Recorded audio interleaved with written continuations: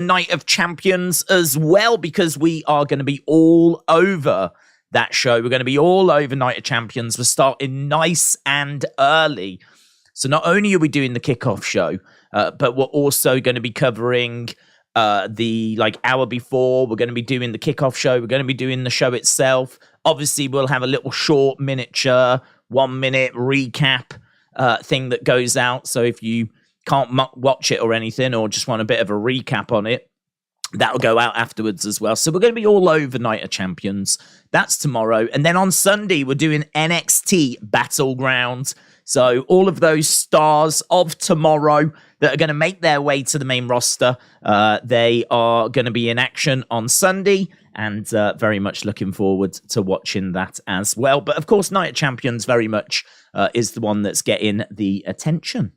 Mark Dodd, shout out to you, my friend, said, "What's up, everybody?" Mark, I hope you're well, mate. Shout out to you. Right, we've got... I'm good, by the way, thank you. As I say, I hope you're doing well. We have got... Let's have a little look. I just had a little flicker on screen, which made me a little nervous, but it's okay. In front of me right now, I've got just some of the headlines from Wrestling Observer. And I was just having a quick little read to see if there was anything big that had dropped today, because I haven't really seen much news in the way of... today, obviously it was the press conference, but one of the big things that's being focused on is the Cody Rhodes story. Apparently it's been confirmed that he does have a broken arm. Now, he doesn't really have a broken arm, but they are going with the broken arm story. And actually that's made it onto one of the headlines on Wrestling Observer, is the fact that they're running with this broken arm story, which... For me, I'm just not feeling that. If I'm being honest, I think that last year when he did have an actual injury and he fought through that injury, that was a defining moment for him, and it was real. And this just feels like a very pale comparison. This is just us seemingly trying to recapture that from last year. I mean, it's a story. Everything we're seeing is obviously part of story, the bloodline and the relationship between Roman and the Usos, that's clearly not really fractured. They are very close as a family. So what you see on TV is story. But this just feels a little different, to be honest. This just feels a bit weird, because last year we did see Cody with a real injury and him have a match, and it was... amazing. And now it just feels a little bit sort of cheap that they're trying to sort of copy that. I'm sure it'll feature in the match. I'm sure that he'll be put in that Kimura, and I'm sure he's going to have to try and battle through. I just think this is such an interesting subject, because we know it's scripted, and him having a broken arm and still wanting to compete is fine as a story if you want to tell that story. I just think with Cody... in particular, it doesn't quite work because of what happened last year. I think last year was such a special moment that really resonated with a lot of people.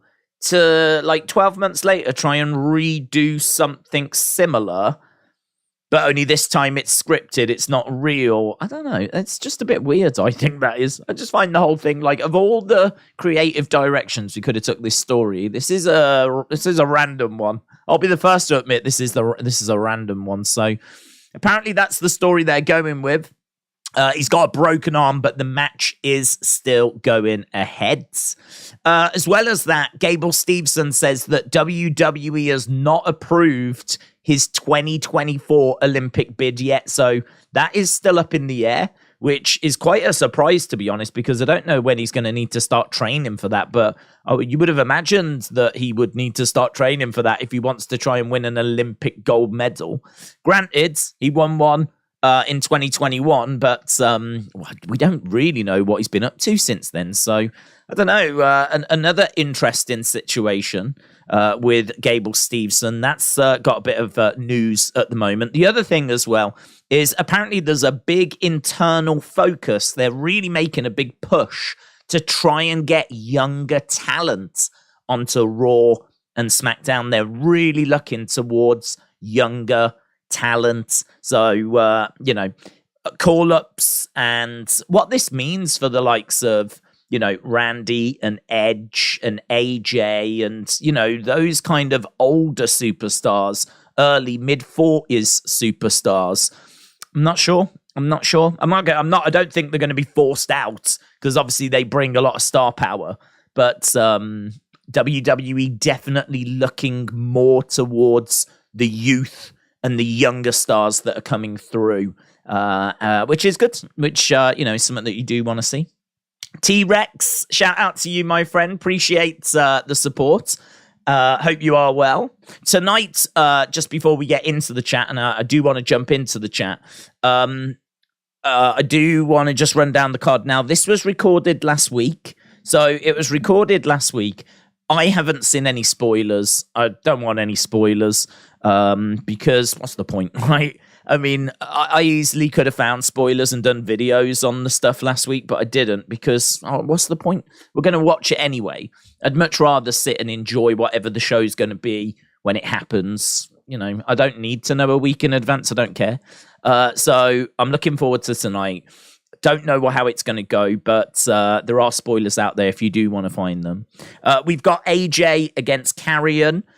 We've also got Raquel and Shotzi taking on Bailey and Io. They're saying this is a momentum match, which I really hate, but a momentum match for Monday's four-way, because obviously on Monday we're going to crown new women's tag champs. So it's a momentum match for that. We've also got the United States Championship on the line between Austin Theory and Sheamus. So we've got a match there. And I would expect a lot of video packages. This was recorded after last week's SmackDown. So that says to me that they're probably not going to want to keep the crowd around too long. So even though this is a 2-hour show, one of the things that you can do to reduce the amount of time the crowd have to try and sit there and watch all this action is basically fill it with a lot of backstage segments that you can record, a lot of backstage things, but also a lot of video packages, hype for Night of Champions, video packages hyping Raw, maybe a video package hyping NXT, Battlegrounds, whatever, right? But basically anything that means that you're not in the ring, in the arena.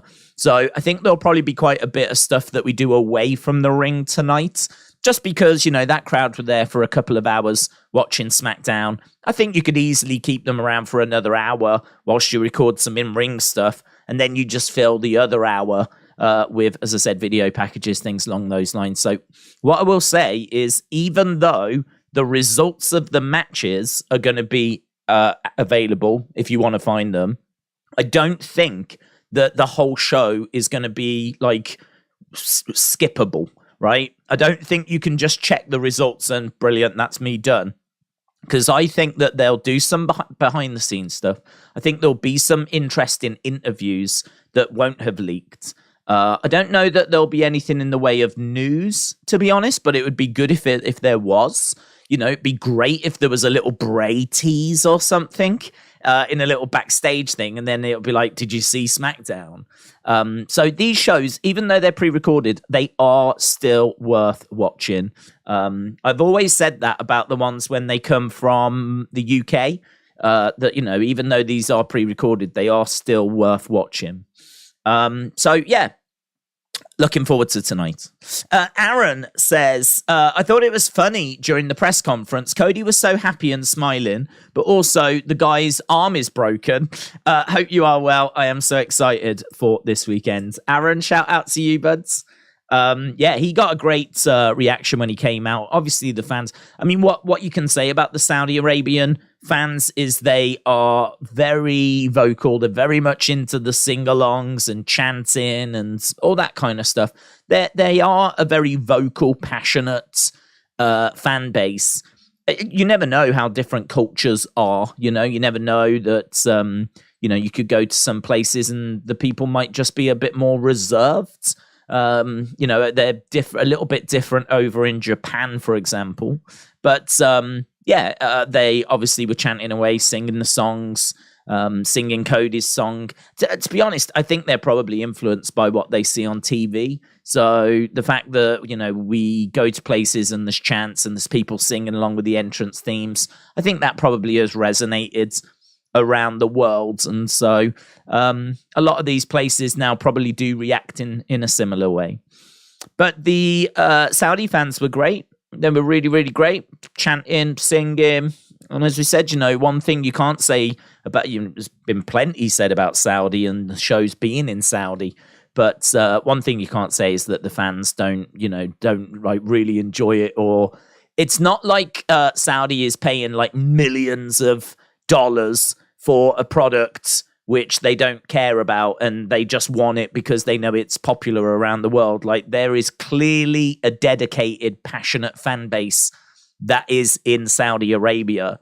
So I'm pleased for them that they do get these shows. I'm pleased that they do get to see this action live. I do also think, though, we should go to other places, as we say, but I agree. Like, he was having a good time. Quite a few were. Sammy as well got a great reaction, and it's all setting up for a really, really good show. So, yeah, I must admit, sometimes the Saudi shows can just feel a little bit weird, like a parallel universe, because they're big and we tend to bring back the legends. We've done Goldberg versus Undertaker, DX against Brothers of Destruction. We've had, didn't we have like Team Hogan against Team Ric Flair? And, you kind of do these really weird, random sort of WrestleMania legend-esque type matches. I kind of feel like this card doesn't really have that. I feel like this card is a little bit more, I don't know, it's a bit more like a normal show. I kind of feel like this card, we're crowning a new world champion. Seth Rollins against AJ. That's going to be a banging match. We've also got the likes of the Bloodline. We got Roman. We got the Usos. They're going to be in action, of course. The Usos won't be there, but they will be there. So we've got the tag titles on the line. Like, there's not really like a Goldberg, There's not really like a Triple H or a Batista or anyone like that. We've just got like it's a pretty sound card, to be honest. I think the card looks all right. So, yeah, I'm looking forward to it. Should be good. And as you said, it's a big weekend, with NXT, AEW. It's going to be a big few days. Arani said, I'm going to go to AEW Fight Forever. What do you mean? That's a game, isn't it? You're going to be in the game, Arani. Well, have a great time, dudes. Have a great time. I think if there was any wrestling show that I could go to, it would definitely be AEW Fight Forever. Or, in all fairness, WWE 2K23. Either of those shows I would absolutely love to attend. Jim said, I'm still shocked that Courtney Rush made her Impact Wrestling debut last night. I did not see that coming, says Jim. That caught Jim by surprise. Trent, there's some matches that don't make sense. WWE are interested in free agent Richard Holiday and Tammy Tonga, says Christopher. Scroll down. I'm still a bit behind, I think, with the chat here. Braden said, Days, how do you feel about Randy finally having a return date for this year, but not during the summer after being announced by Ringside News? I haven't seen an announcement, to be honest, on a return date. You say that's on Ringside News? Let's have a look. I mean, the way that Ringside News works is they basically take anything that anyone has said and then they run with it. So all I would say is, where did they get that information from? That would be my question. So I'm just going down their Twitter feed right now. There's a lot about the press conference. There it is. Exclusive. This was 10 hours ago. WWE has figured out a return date for Randy Orton. Let's have a read. Randy Orton has been out of action. He needed fusion surgery. Randy has made a ton of money. Ringside reached out concerning a ridiculous rumor that we had heard that Randy had suffered a heart attack. We were able to confirm that Randy did not have any sort of cardiac issue. Never even heard that rumor. And his absence is only due to the back issue. A tenured source confirmed that Randy does have a planned return date. It was not noted when this will happen, but it won't be the summer. That being said, fans should expect to see the Viper again later this year. I mean, it's ringside news, right? It's ringside news. My ringside news is not a source that is massively trusted by me. If ever I saw a ringside news article, the first thing I'm reading and looking for is where they got the information from, right? Because the way they tend to work is the same way that I work, to be honest, and Cultaholic and Wrestle Talk and What Culture. They tend to go, Dave Meltzer said, Sean Ross Sapp said, Zero News said, right? Whoever, I don't know, wherever else information, Wrestle Votes, right? Whatever. But sometimes it has been like John5769 on Twitter, who claims to have a source, has said. Do you know what I mean? Sometimes the where the information comes from is very wobbly, right?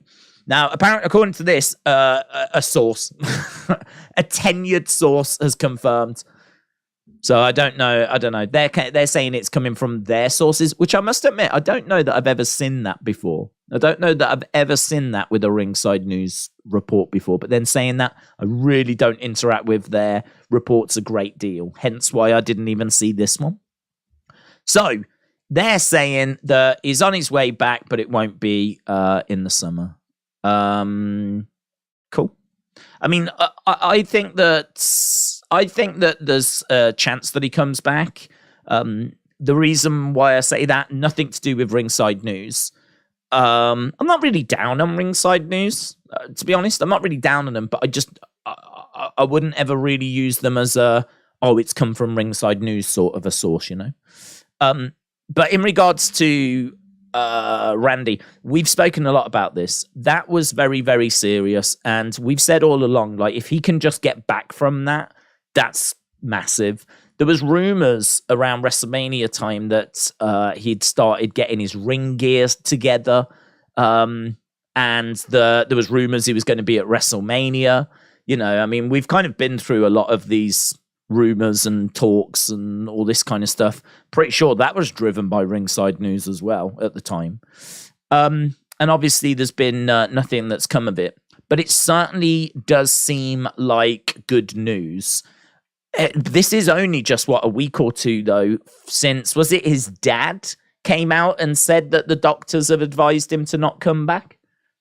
So I feel like we're a couple of weeks removed from that. And now, you know, ringside is saying they've heard he's going to come back, but it's not going to be until after the summer. I think the truth of the matter is that he wants to return, of course. I think that it is a serious injury. I think that if we can get him back, that's a massive win. I don't know if he comes back what it looks like. I'm certainly not expecting him to be a top single star or anything. I think you put him in a tag team. And I think that we just try and get out of him what we can, really. Maybe it's just one little final run or something from him. Like, I don't know. It's bad. The fusion surgery is it's serious stuff, and you don't need me to tell you that because he's already been out of the ring for 12 months. Any injury that's going to keep you out of a ring for 12 months, certainly at his stage of his career, he's just lost a year of his career, which at his age, you don't want to be doing, you know, because you don't want that inactivity. You don't know how long you've got left anyway. So, yeah, I don't know. I don't know what it's going to be like when he comes back. I really would dial down on expectations. I'm certainly not expecting him to come back and, you know, be killing it in main events or anything. So we'll see. We'll see what comes of it. We'll see what comes of Randy.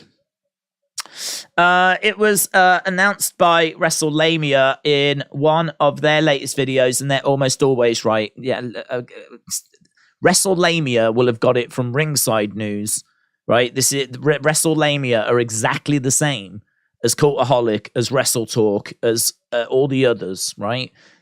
There are a few sources, there are a few places that information comes out from, one of them being Dave Meltzer, one of them being Sean Ross Sapp, one of them being Wrestle Votes. I reckon there's 10 sources or so, 10 different places where this information comes out.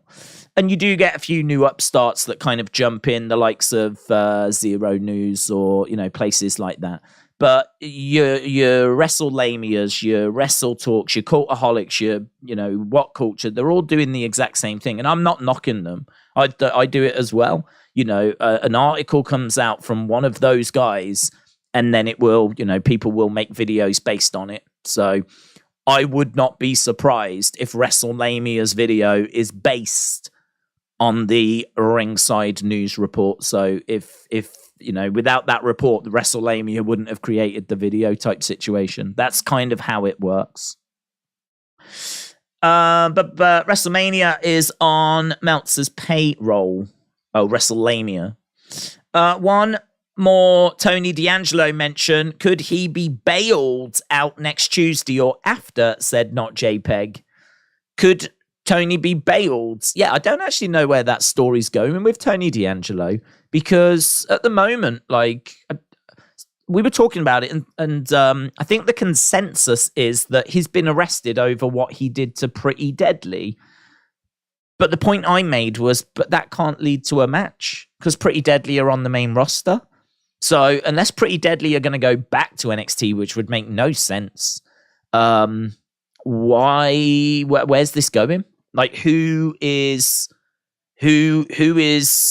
What's he accused of? I don't actually know what he's accused of.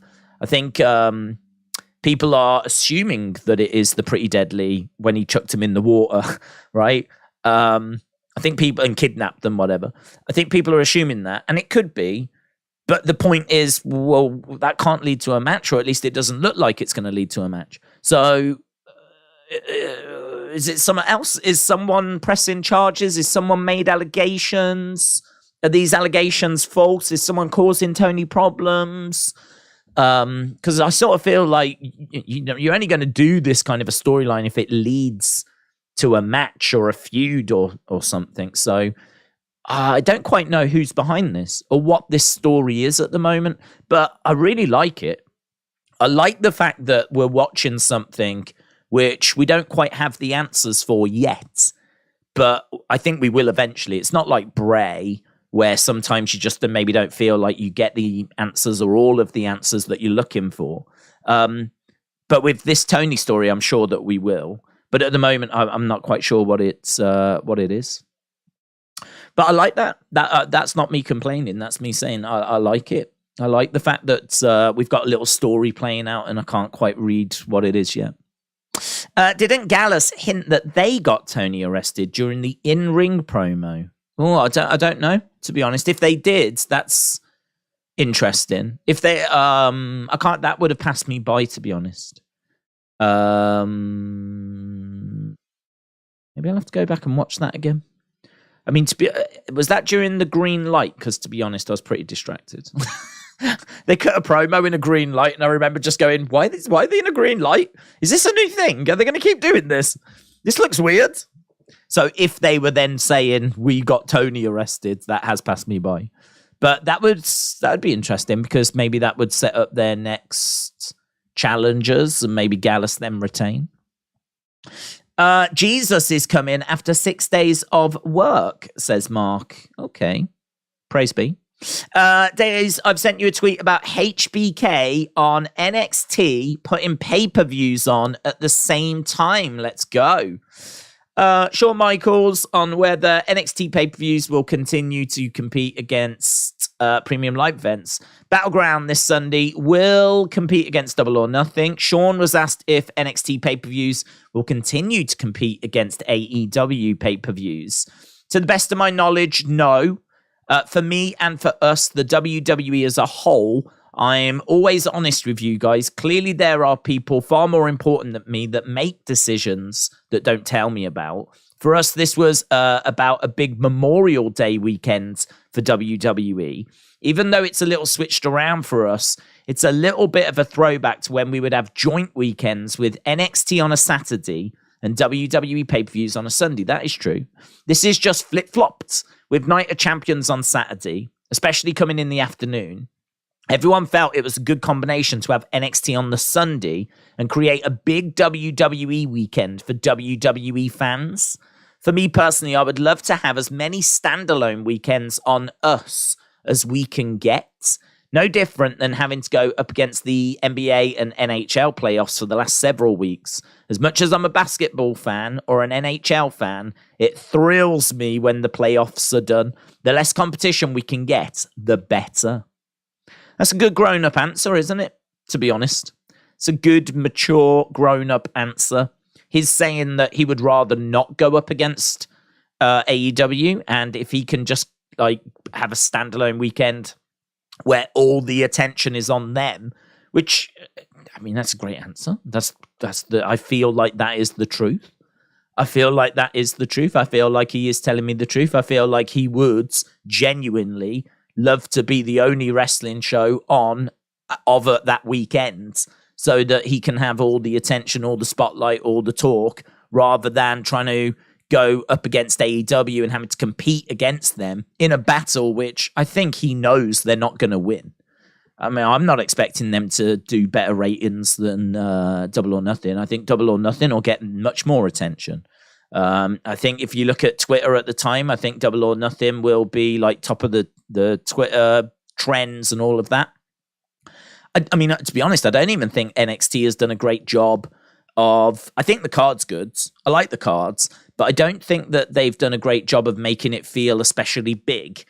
It is in Massachusetts, so it's not at the Performance Center, but they don't have any legends or any main roster talent. And we said, could you imagine if they'd have booked like Bayley versus Roxanne Perez, or if we'd got some other like names to come down and just have some, a match or two.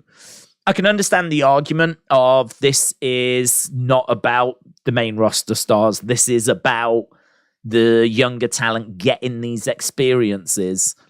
I totally agree and I totally understand. But equally, it is also about getting ratings. It is also about getting people to watch the show. And if you're going up against AEW, who have got a lot of star power, you got to do what you got to do. Right? There is a balancing act at play here, whereby, there's not really much point putting on a big, massive show if no one's watching it.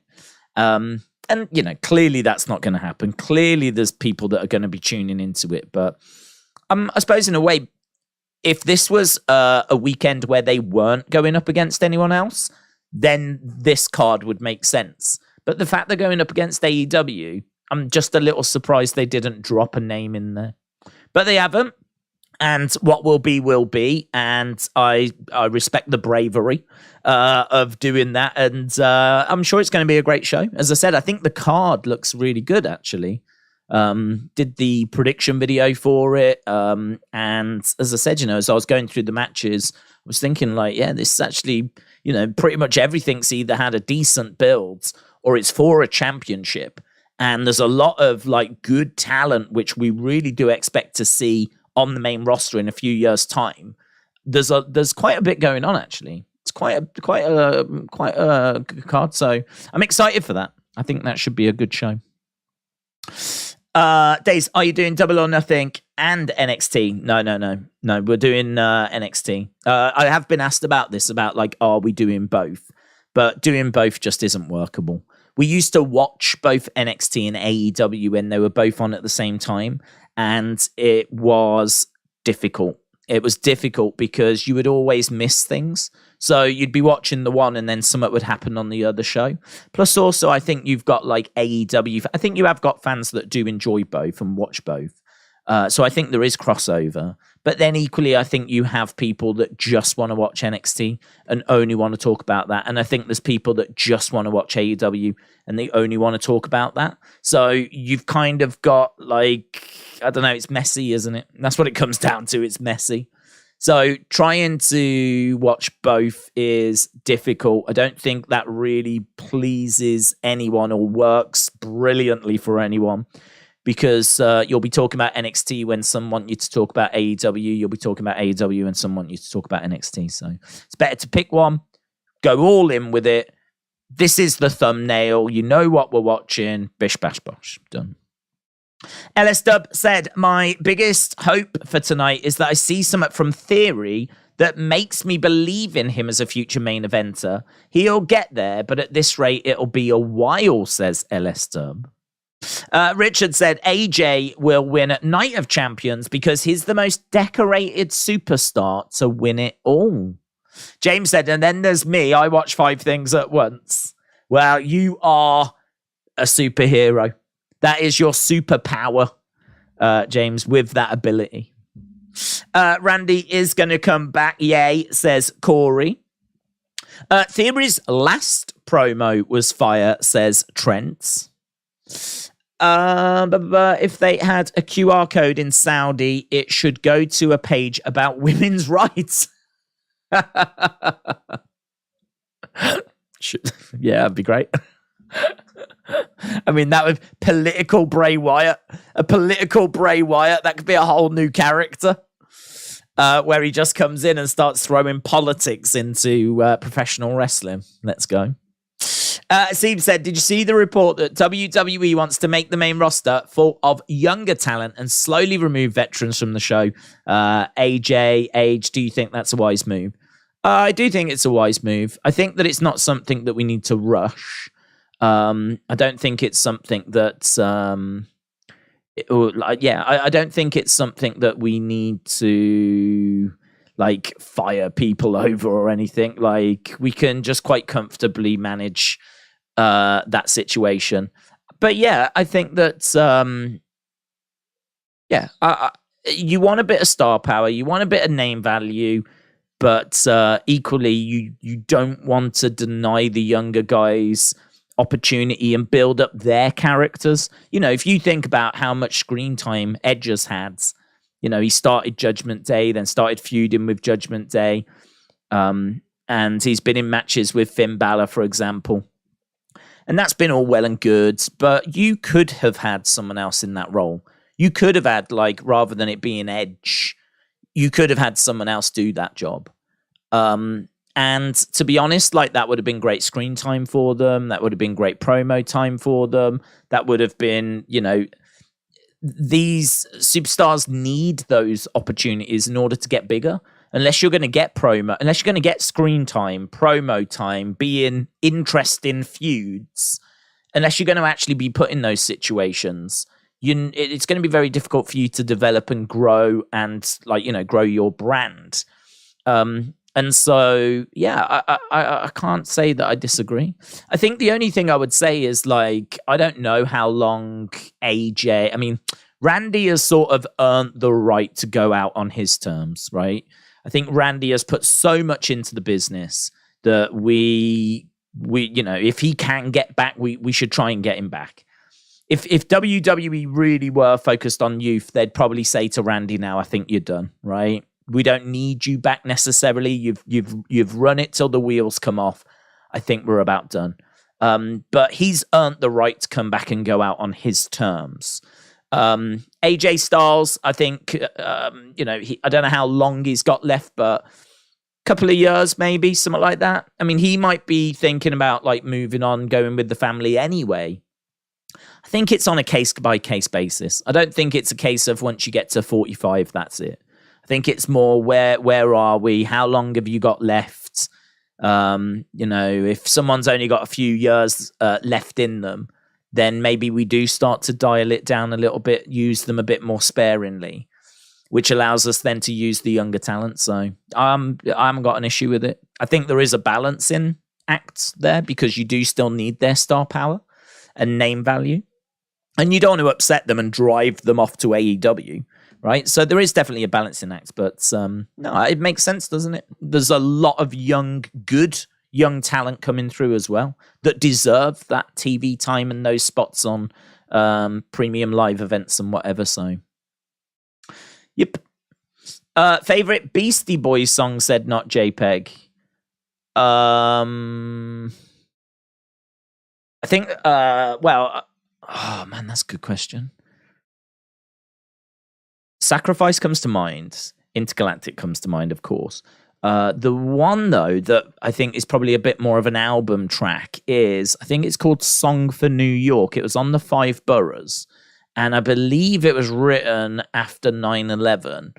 And they shout out the 5 boroughs of New York, and it's quite a positive song, but it's got a nice vibe to it.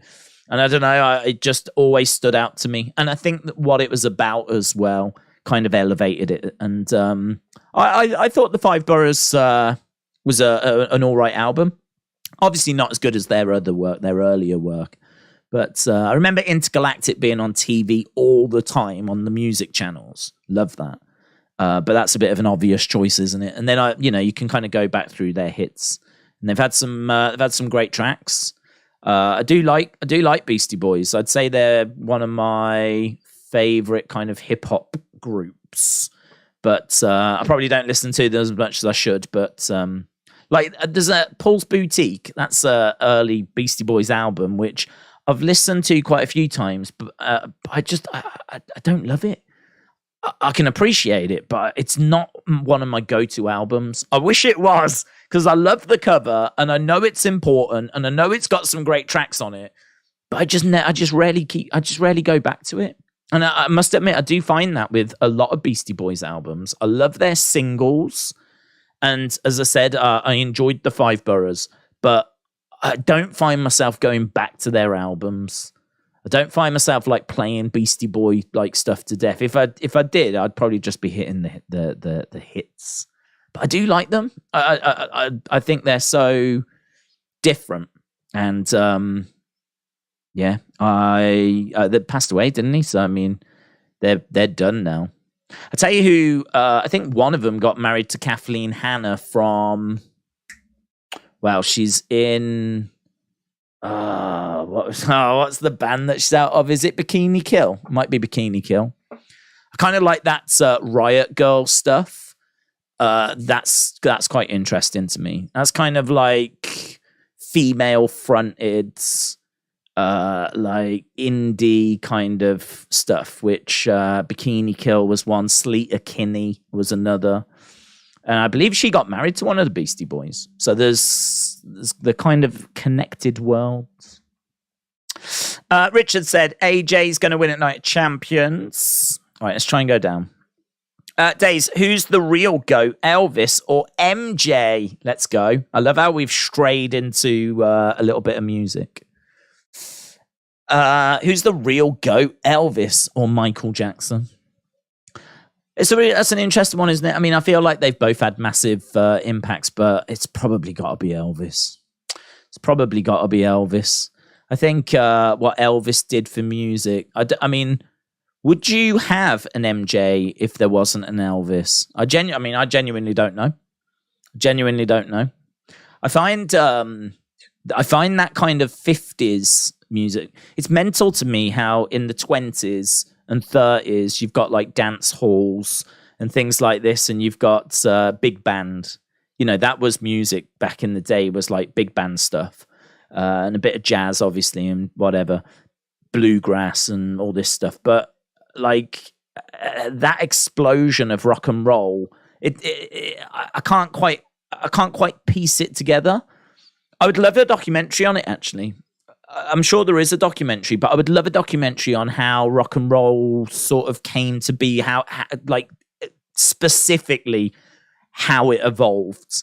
Because it is, in my mind, like, you know, you've got Little Richards and Elvis and, you know, all these other people that came along with their hit singles that just seemingly, I can't find that evolution.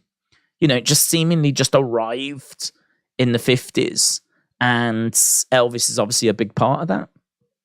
But if you go back like earlier, obviously you've got the war, but you go back before that and it's like there's nothing, or at least I've not heard anything that's like it. It's not like there's no early Elvis. There's no one doing early Elvis, right? Like you can't find, or I'm not aware of like anyone doing his stuff like 10 years, 20 years before. So he was so revolutionary that I think did, and with others, change music. And out of that, then, you know, there was the evolution into the Beatles and the Stones and what came in the 60s. And, you know, really the 60s is, I think, when music really got its act together and we really got some pop music then.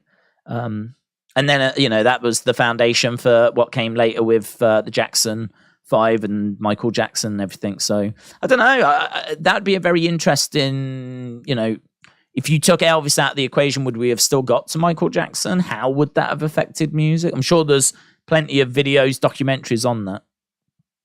I do love music. I used to work in a music store, so that's why sometimes we do occasionally stray into music. Trini said all Elvis did for music was steal rock and roll and blues from black people who he didn't like, but let me stay quiet before I get heated. No, get heated. I find it very interesting. I mean, I'm not aware of anyone doing Elvis stuff before Elvis. I think that he did take obviously heavy influence from black music with blues and rock and, well, I don't know. This is the point, isn't it? Like, where did he steal it from? Who was doing it? Are these names that are just lost to time? Because I'm not aware of them. I'm not aware of there being like a black Elvis before Elvis.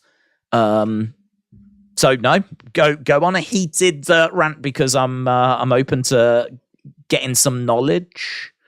Because as far as I know, he took influence from blues and heavy influence, but I'm not aware of anyone being like him and creating songs like him before he came along. Certainly, as you know, that's not recorded anywhere.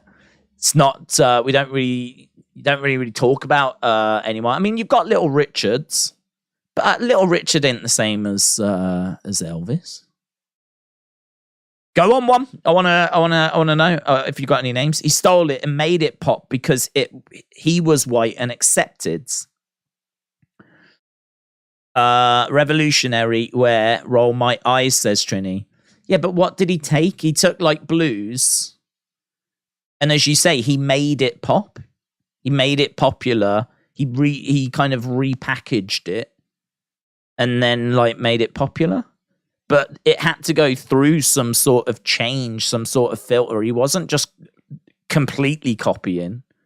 If you think he is, if there's evidence of him or if there's an artist of him, like a black artist of the time, that's doing something similar, I'd be interested to see it, because I'm not saying you're wrong.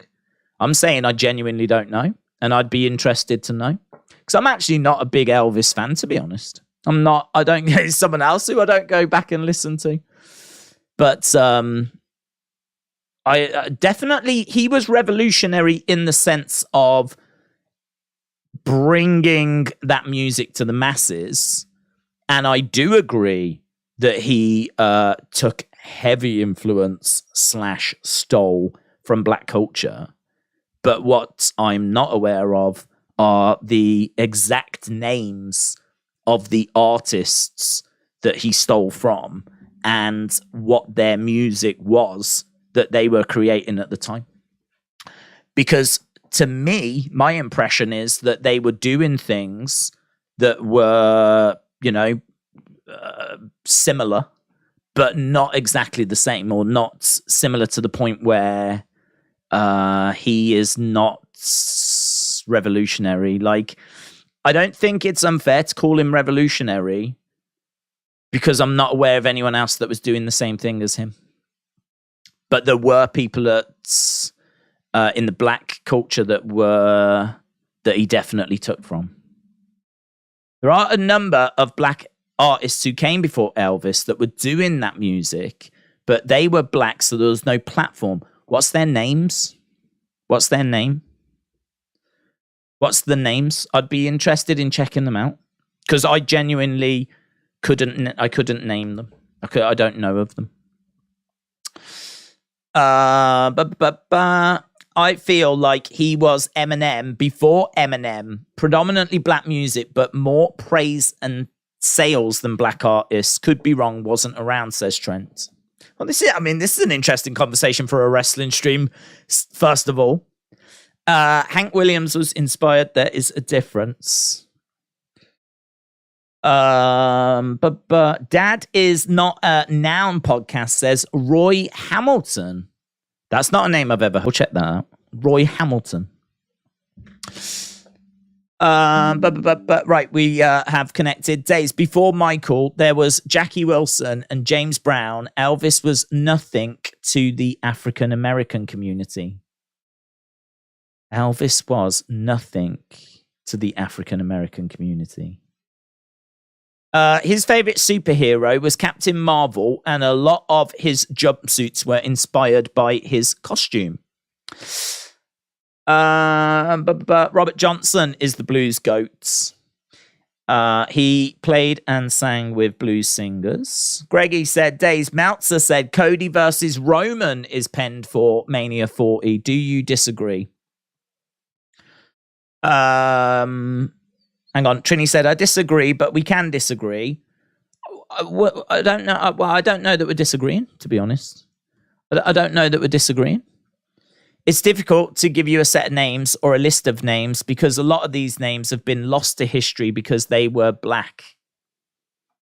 Yeah, I don't think we're disagreeing because my stance is, or my position is, I am aware that he took a lot from black culture. That is something that has always been pointed at him, thrown at him, right? But I don't know how far that goes. I'm quite happy to admit that.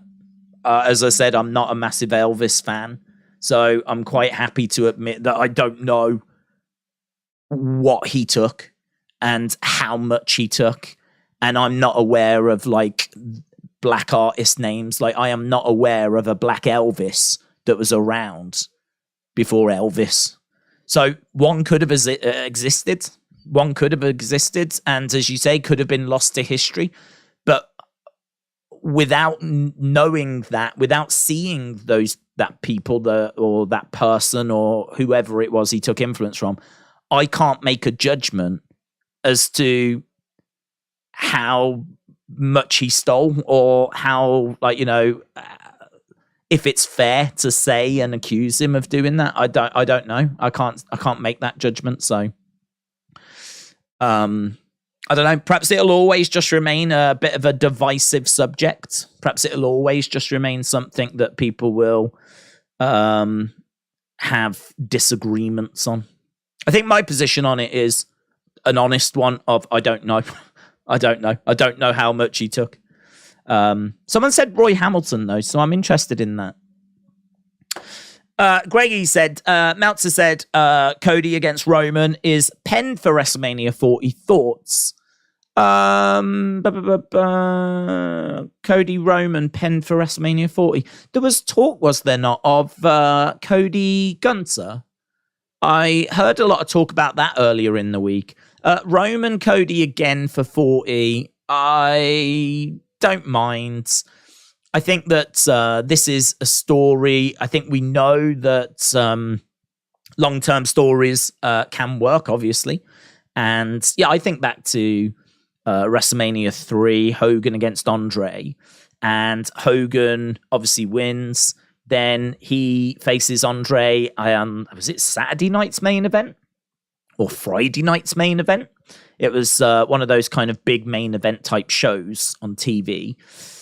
Loses the title, which then sets up the tournament for WrestleMania 4, which is won by the Macho Man, which then sets up the Mega Powers, which is Hogan, Macho working together, which then obviously Macho starts getting jealous because he thinks Hogan's getting a bit close to Elizabeth, which then sets up the main event of WrestleMania 5. So in many ways, from Hogan fighting Andre at WrestleMania 3, you can trace a story that is connected and logical that takes you all the way to WrestleMania 5. That's across like 2 years.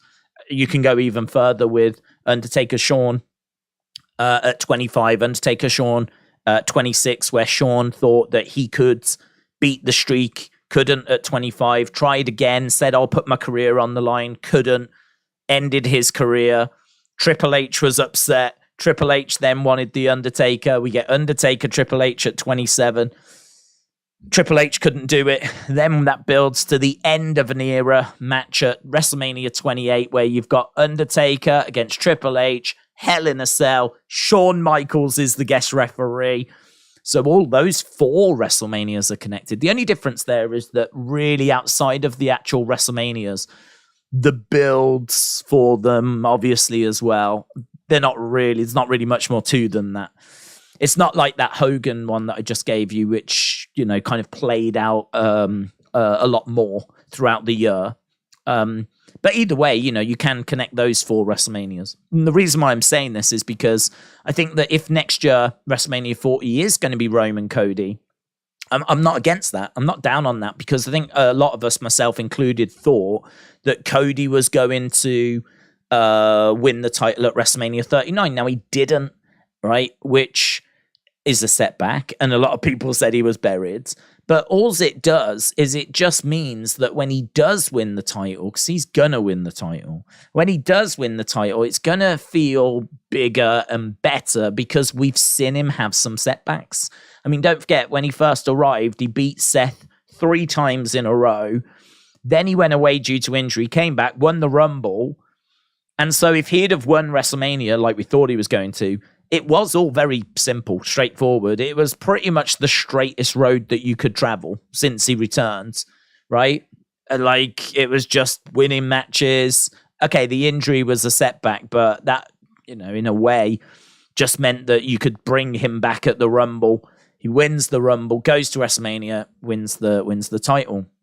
And we did have people saying, like, I don't think he's had enough obstacles. Like, this is too easy. There was people that were in our chat that I don't think watched him as Stardust. I think they only know of him since he came back. So to them, it's all been very easy for Cody.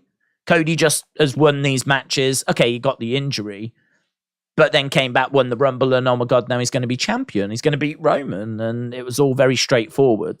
I still thought they would do it, because him being champion is just the biggest no-brainer ever, because he's a Rhodes. It's a perfect story. Everyone wants him to do it. Everyone loves Dusty. Him having the belt, looking up at the heavens. Everyone wants that moment. Do you know what I mean? Like, there's so much there that you would do it, wouldn't you? So yeah, I can definitely see us getting there. And I think that if they have delayed it till next year, I'm fine with that. I actually want them, I think, to keep putting things in his way. I would love it if Triple H turned on him. I saw Triple H shake his hand earlier. So Cody came out onto the stage at the press conference and Triple H shook his hand. And I thought to myself, wouldn't it be awesome if, at some point later this year, Cody comes out, goes to shake Triple H's hand. Triple H slaps him round the face. Slaps him. Cody's stunned. Triple H starts berating him, saying, "Do you think I forgot what you did?" Starts laying into him. And all of a sudden, Triple H starts putting barriers in his way. Triple H could be like, "There is no way you will ever be champion here," kind of a thing. And, I know it could be a little bit Daniel Bryan-esque, but that is 10 years ago. That is 10 years ago. So, I don't want to tell that exact same story, but I think that it would be good to find ways, and maybe that would be a way. Maybe that would be a bit too close to Daniel Bryan, but you get my point. If we're in a room right now and we're talking about creative ideas, what I would say in regards to Cody is, yeah, put the title on him at WrestleMania 40. No problem with that. If you think about WrestleMania 10, you've got Bret Hart crowned champion. He's on the shoulders of everyone. You've got baby faces coming out celebrating. WrestleMania 10, right? WrestleMania 20 obviously ends with Benoit and Eddie Guerrero, and they go big with emotional moments. Obviously not aged well, that moment now, unfortunately. I think it would be a moment we talk about a lot more if Benoit obviously hadn't have done what he did. But that was still meant to be an emotional WrestleMania 20, Madison Square Garden, blah, blah, blah. WrestleMania 30, Daniel Bryan. Daniel Bryan obviously celebrating Yes-Mania. It is the end of the streak as well, but Daniel Bryan's moment is probably, that was the closing moment. And that is right up there for best WrestleMania moments ever. Him beating Triple H to get into the main event, to winning the title when everyone knew he wasn't meant to. Well, he was meant to on that show, but my point is he wasn't originally meant to. He was going to be facing Sheamus. I feel like we've got something similar here with Cody. It's WrestleMania 40. We've got an opportunity to provide a real magic moment. I think you've just got to find ways of stacking the deck against him. You've got to find ways of making it seem like he is not winning at WrestleMania 40. But then ultimately he does. And I think actually that would be great. Would I like Rock Roman? Absolutely. If we were to get that, brilliant. But honestly, if we get Roman Cody, I get it. Because as we said, WrestleMania 40, if you think about the previous anniversary type WrestleManias, they're very similar in regards to, you know, big, dramatic, iconic title wins. So, what if Triple H takes Paul Heyman's role as Brock's on-screen mouthpiece, but their relationship is based off mutual disrespect, and he becomes a Triple H mercenary? So what, Brock goes and like handles business for Triple H? Well, the only thing I would say to that is you could do that, but I'm thinking specifically about Cody, and I sort of feel, maybe wrong, but I sort of feel like we're doing the Brock feud now, and once we're done with this, you know? I don't know that Brock is going to feud with Cody like throughout the summer. Brock, I don't really know how much Brock wants to work, and obviously he's not really around all that often. So he's definitely put in a lot more work recently, though, hasn't he? So I don't know. I kind of feel like that's fine, but I don't know that would necessarily affect Cody. I feel like we probably need someone other than Brock. I think the Brock thing is happening now. We're going through the Brock thing now. And actually, tomorrow might be the end of it. We might be at the end of it, because I think the next pay-per-view after this is Money in the Bank. And my guess is Cody will be in Money in the Bank. So I'm guessing he'll be in the ladder match. I mean, Brock might be in the ladder match as well, or Brock might interfere and take Cody out of the ladder match and prevent Cody from winning. So we could get that. I suppose. But yeah, there's a few ways that you can take this story. But I would just try and put barriers in his way, just to make it not as straightforward as it seems like it could be. Although having him lose at WrestleMania 39, you know, I didn't have a problem with it at the time. I was shocked, but I didn't have a problem with it. And I think, you know, in retrospect, I think it's a good call, to be honest. I know it's a bit of a downer and a downer way to end the pay-per-view, but it does just give you that little seed of doubt. You know, you can't necessarily go into a title match with Roman now thinking this is guaranteed that he's going to lose, because I've thought that when he went up against Drew. I hoped he was going to lose when he went up against Sammy. And I thought it would be when he went up against Cody, and he's still got the belt. So there's nothing is guaranteed.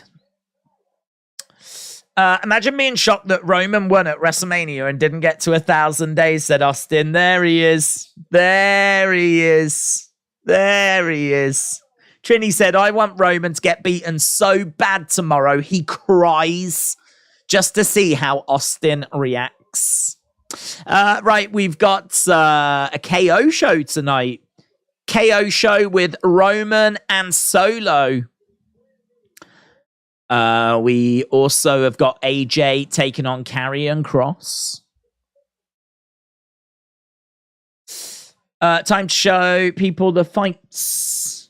This looks like the same crowd from last week. It does, doesn't it? It's fight night. Right. Saudi said Sammy is not allowed to enter Saudi due to his ethnic background, said Inside Out and Again. He's in it, though, isn't he? He's there. He was at the press conference. Right, Sheamus making his way down with the Brawling Brutes. Roman, 1,000 days finally tomorrow. Yeah, anyone else a little disappointed that we're not making him work for that 1,000 days? I'm just a little disappointed that we're not doing a title match tonight or something. You would think the 1,000 days has seemingly been quite big for people, and he's just he hasn't defended it since WrestleMania. So as soon as he got past Cody, that was it. That was it. The 1,000 days was done. We're nearly at the end of May. We're nearly at the end of May. Because he beats Cody in early April. Done. That's it. There's been no peril or anything. Right, so we are starting with Sheamus and Austin Theory. Let's get this changed over. Austin said he doesn't need to because he would always win. All hail Roman. Don't you mean acknowledge Roman, Austin? If you was a real fan, you would say acknowledge. All hail. Right, that's not what he says. That's not what he says at all. You can't go making up new catchphrases for Roman Reigns. Is this the episode of SmackDown where Roman is holding up all the titles? Photo is floating around the internet, says Modern Mogul. I have no idea. Because I have not looked at spoilers. Justin said, I'm hungry. That's all she wants. Grilled chicken salad. I'm hungry. That's all she wants. Are you singing a song? All that she wants is a chicken salad. She's gone tomorrow, boy. All that she wants is a chicken salad. So, hey. Right, we've got Theory making his way. There's Kid booing away. Boo! A-Town, down. A-Town, down.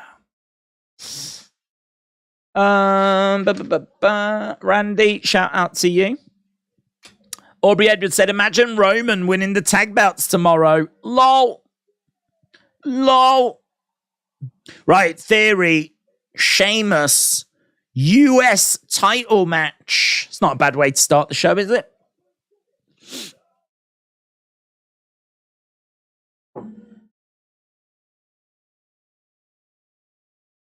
Right.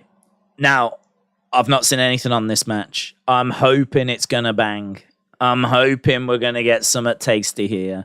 We know that Sheamus can go. Austin Theory can go as well. He had some good matches down in NXT, but his catalogue of good matches on the main roster is not that long. It's really not that long at all. Right, Jessica Carr being handed the United States Championship.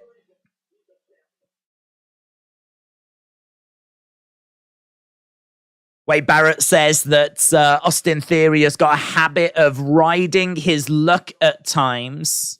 Needs to linking up, and we are underway with headlock being applied there by Sheamus. Theory going down to his knees. He's trying to get round the back of Sheamus. Sheamus with a back elbow. Duck underneath there by Theory. Theory against the ropes. Shoulder tackle. Down goes Theory. Just looking at the early advantages here. Both of these guys are strong. But Sheamus seemingly just that little bit bigger. Night of Champions. Don't forget, Night of Champions tomorrow. We are covering it, of course. We are going to be live for it. We'll start, not during the kickoff, but like about an hour or two before. Anything that's going to go down at Night of Champions, we're going to cover. And it's early. It's early. It starts, I think, like midday in America. So it's a lunchtime show. So don't get caught out by that, thinking that it's on the nighttime. Where is SmackDown? It was recorded last week. BB Yipsy said, who do you predict to win the women's tag titles on Monday? I think it's obvious it'll be Ronda Shayna. I think it'll be Ronda Shayna as well, buds. I think Ronda Shayna were always the plan. Right? Theory is going for those big clubbing blows. He's got Sheamus in position. He goes to try and throw one. Sheamus grabs a hold of the arm. Back elbows coming in there by Sheamus. Sheamus has grabbed Theory on his shoulders. What's he going to look to do? Both positioned on the outside. Sheamus going into the ring posts.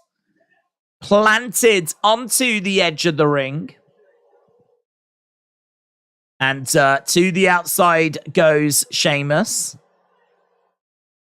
Boom. Bray is going to wrestle at SummerSlam, said EST. Justin said, I hope it's not Ronda. Let Shayna win by herself. Wait, isn't SmackDown on FS1, said King of Games. I don't know where it is, to be honest, buds, in America. I don't know where it is tonight. Cody is supposed to feud with Bray, said EST. Bray is cringe now, says Lance. Well, he's invisible at the moment. Do you think that the Usos will cost Solo and Reigns the tag match tomorrow, says Mr. Wrestling Fan? I think there's a good chance of it. So when the match was first announced, I was kind of 50-50. I didn't quite know which way it was going to go.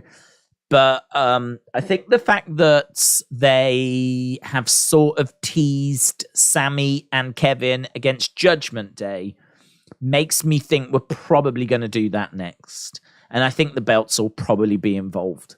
So that's just enough to make me go, right, I think it's Sami and Kevin. How we're going to do that, I'm not sure. Because there's not really a weakness in the team, is there? Like, you can't have Roman lose because he's Roman. And you can't have Solo lose because we've just spent so long building him up and making him like a killer that you really can't have Solo taking the pin.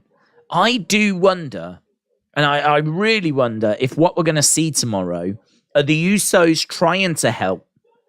They don't. They mess it up. And Roman gets pinned. Now, we've not seen Roman get pinned since he turned heel. He's not been pinned. He's not been submitted. He has lost by DQ, but we've not seen him pinned or submitted. Obviously, he's lost tag matches. He lost to Seth at Royal Rumble, so he has lost. But he has not been pinned, and he has not been submitted. Could we see the Usos come down, try to help, mess it up, and Sami pins Roman? Could you, think of that visual. And Sami deserves that. Sami deserves that. For all of what Sami did last year and earlier this year, he deserves to be the first one to pin Roman. He won't get the belts, of course.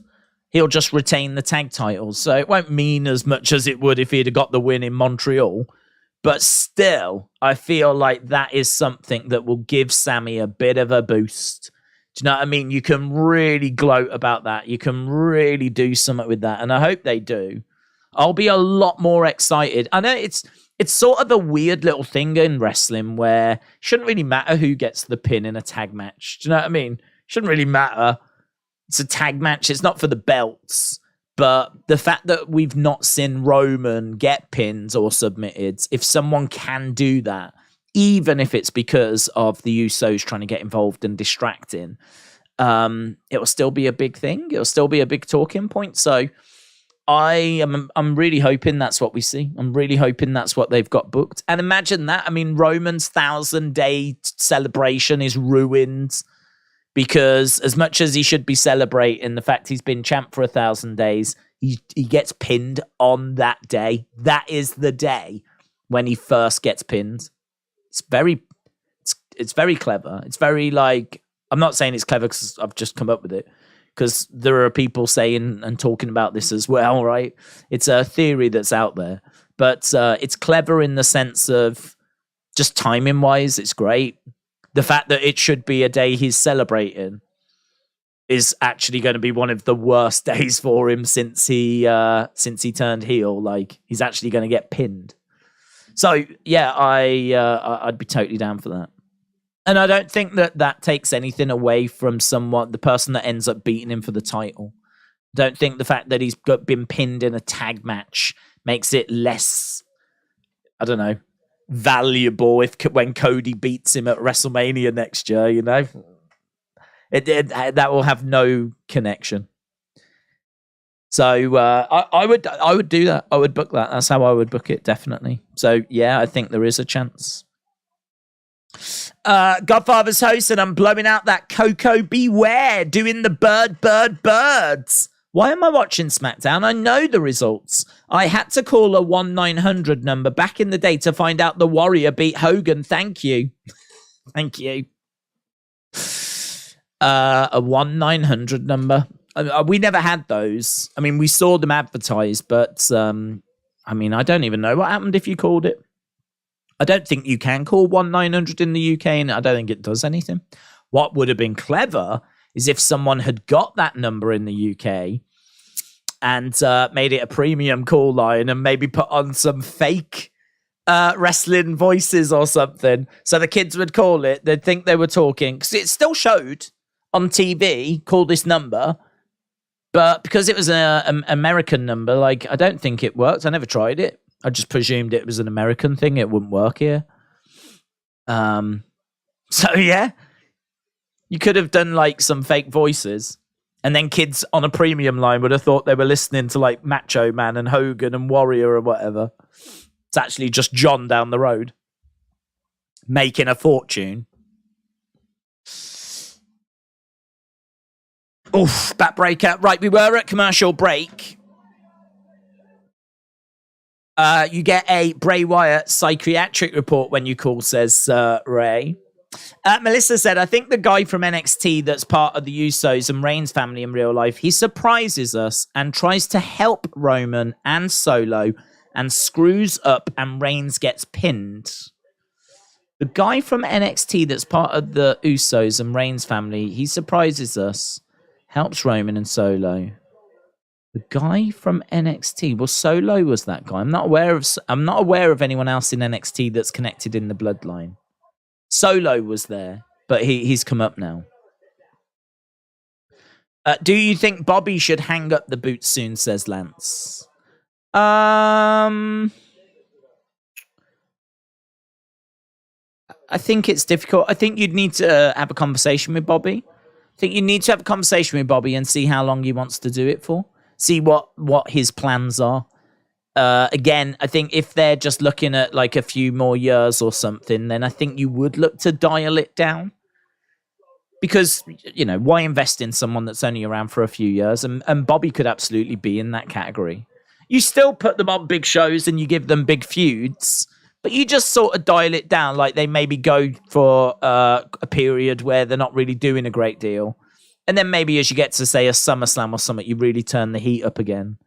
But without knowing what his plans are and how long he's looking to stay around for, I don't know. So I don't know that it's as simple as just looking at someone and saying, what would you do with them? I'd want to know. I'd want to sit down and talk to him. Because he might say that he's got 5 years left in him, or he wants to go 5 more years or something. He might say, I'm feeling in incredible shape. I've not had any injuries. Right now, I've got 5 years in me. And I've got some ideas of things that I want to do.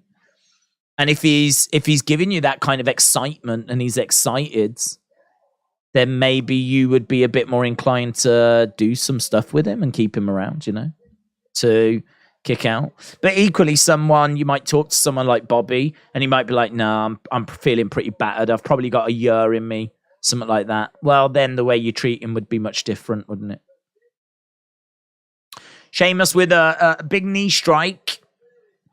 Coach Co, shout out to you, said, here comes Santa Claus, right down Santa Claus Lane. Vixen and Blitzen and all of his reindeer pulling on the rain bells are ringing, children singing, all is merry and bright. Is that the words? I know the first bit, but I don't know the next bit. And all his reindeers pulling on the reins. Oh, is it pulling on the reins and then bells are ringing is a separate line? Don't know. Bit early. about 6 months early. Big clubbing blows by Sheamus. Sheamus pounding away on Theory. Still clubbing away as Theory rolls into the ring. Sheamus looks out at the fans. Fans are cheering away. Sheamus in the corner. Seems to have Theory exactly where he wants him. Feels like there's a brogue coming now. We've got Pretty Deadly. Pretty Deadly going after Brawling Brutes. Pretty Deadly. Sheamus walloping Pretty Deadly. There we go. Another big clubbing blows coming down. Roll up by Theory. 2, 3. Handful of tights. Theory wins after Pretty Deadly get involved. Theory retains. So Theory retains. Pretty Deadly came down. They started beating up the Brawling Brutes. Oh dear, oh dear, oh dear. Oh dear, oh dear, oh dear. Look at these blows, man. You can see the moisture coming off of Theory's chest as he's being pounded away. I also saw a little bit too much of Sheamus's white arse. That camera angle was horrific. You know, like some of those YouTube channels that are like the most disturbing content on the internet type channels. Those like countdown videos. I kind of feel like that image of Sheamus's white arse belongs on a list like that. Top 10 most disturbing images in WWE history. Number 1. Sheamus's bare ass.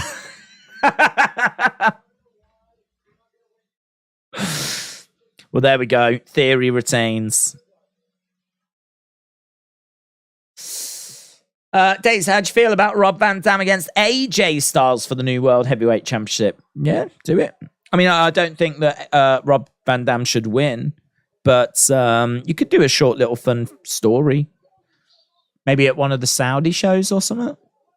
I mean, I like Rob Van Dam. I think he's credible, cool. I haven't seen what he's like in ring for quite a while, though, so I don't know. But for a one-off match, I'm sure we could get something out of him. That'd be a nice little surprise. But they, the report is that they are looking more towards youth. They are looking more towards like the talent that's coming through rather than veterans and legends. So I can't say it's a match that we're going to get, but don't have a problem with seeing it. Title versus career, make it Rob Van Dam's retirement match or something. Be pretty sick, wouldn't it? Right, backstage with Bloodline.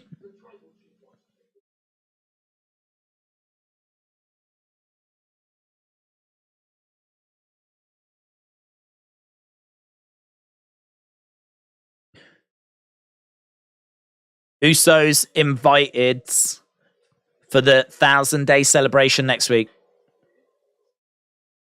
Especially you, Jay.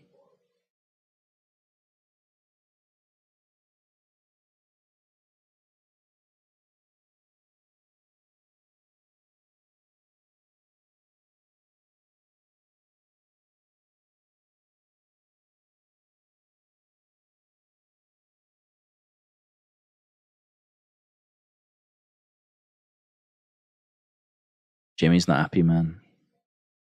Jimmy's not happy. Jimmy's not happy. Oh my God, he's just like Naomi. Roman stands up.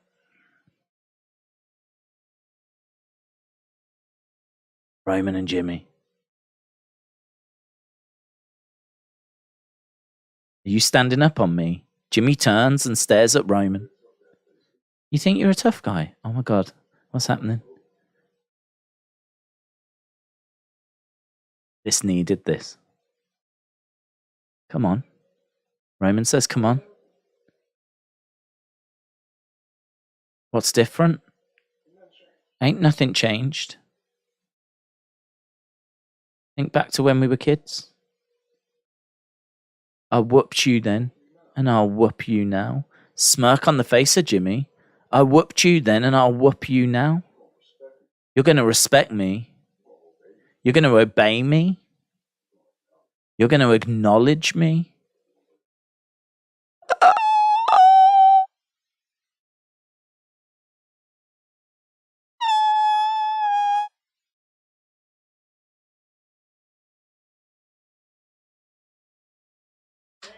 Oh my God.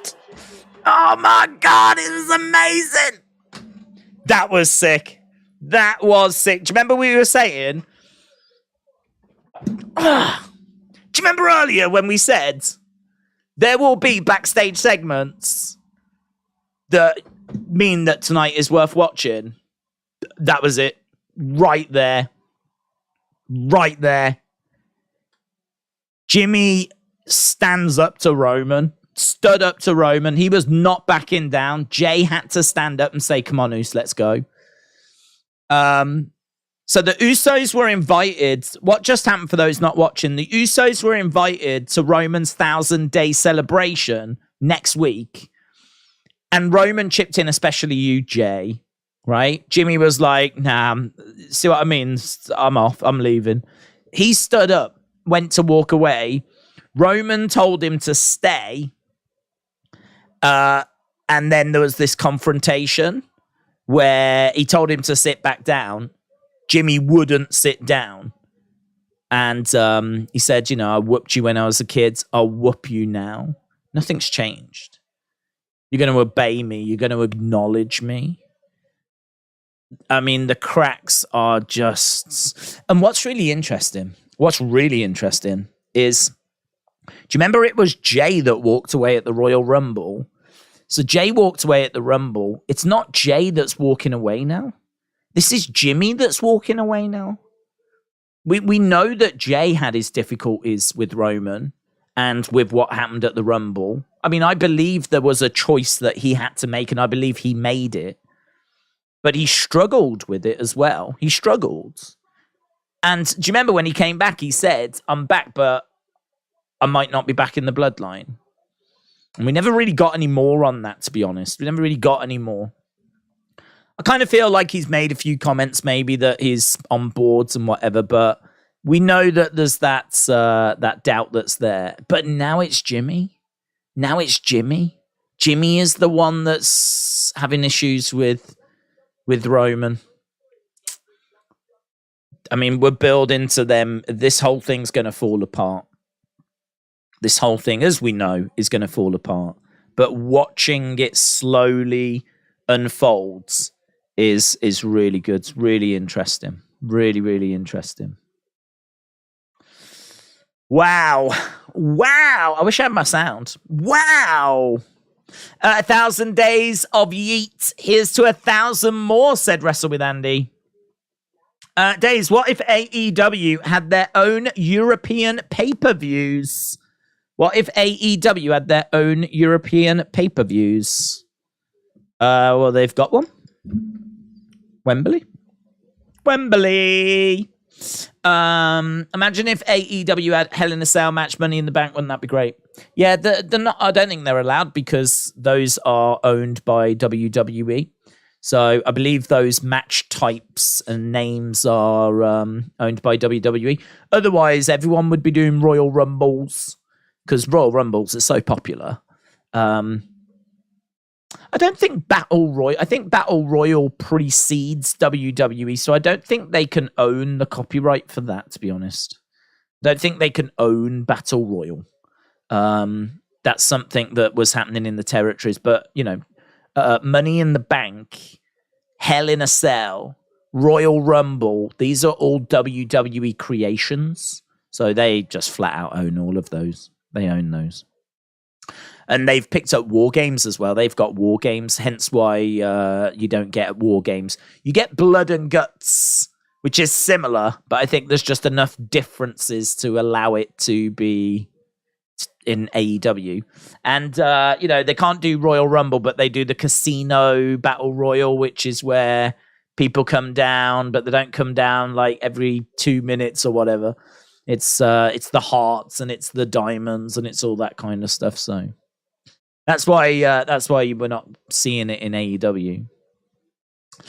Nick Khan, in an interview, expressed being open to a third hour on SmackDown, whilst also bringing up how Raw's third hour could become adult-themed because they know the third hour falls off a cliff. So there's big time Baxter. Trini said, I was a big fan of the Anawai fam, Austin, and I'm an original Roman fan, an OG. Trini is an OG. I've only gone rogue because I hate to be like everyone else. Die Hard Doodle said, do you think Jimmy and Jay will try to help Roman but backfire and they ruin it for him? I think so.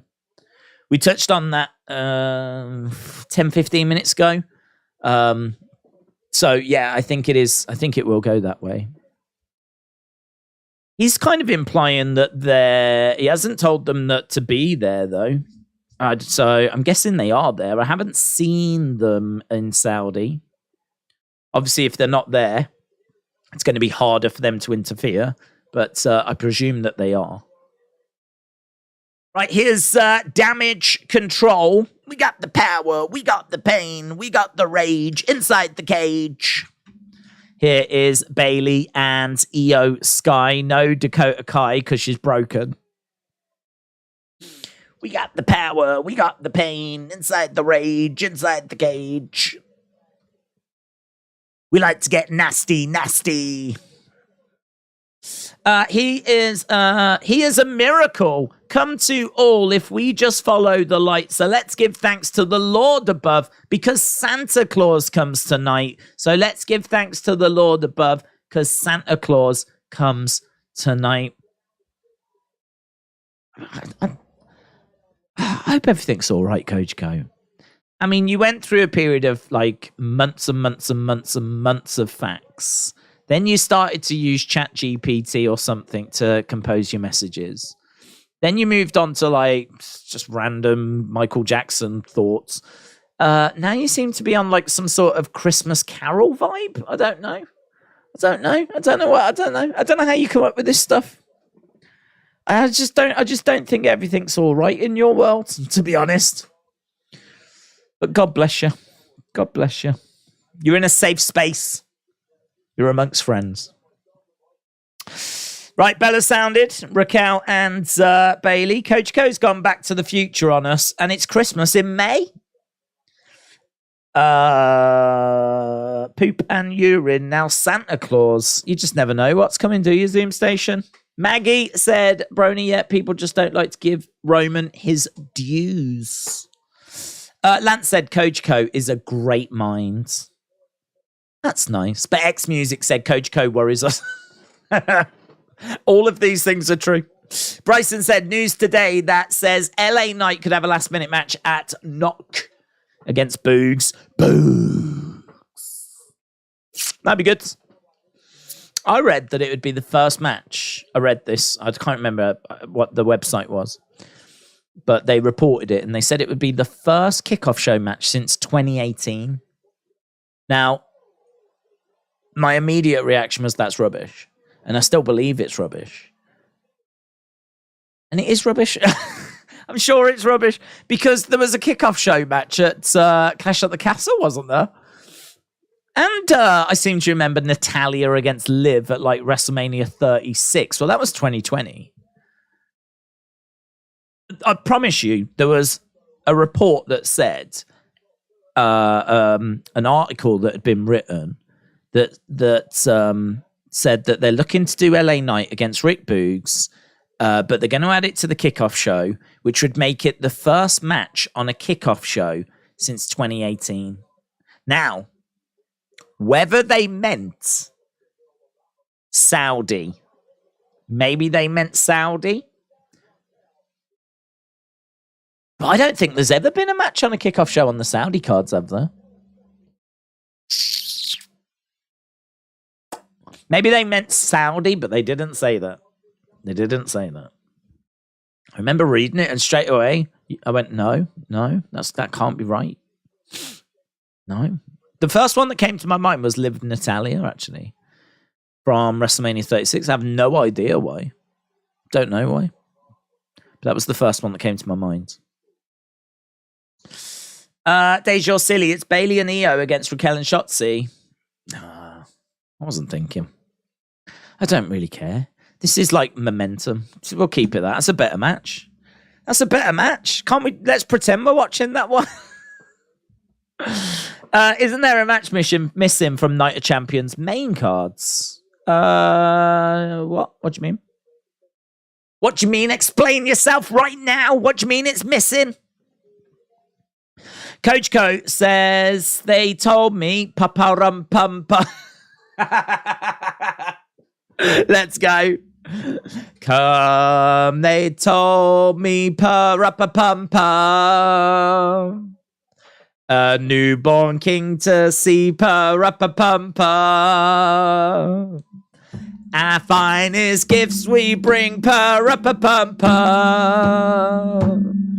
To lay before the king pa-ra-pa-pum-pum. Ra-pa-pum-pum. Ra-pa-pum-pum. I never sing, man. I never do these carols, but that's got to be my... Wow. Is that my favourite? It's one of my favourites. I don't know the words. Oh, join in, man. It's good. It's good to do a bit of pa-ra-pa-pum-pum-in. Come, they told me pa-ra-pa-pum-pum. A newborn king to see pa-ra-pa-pum-pum.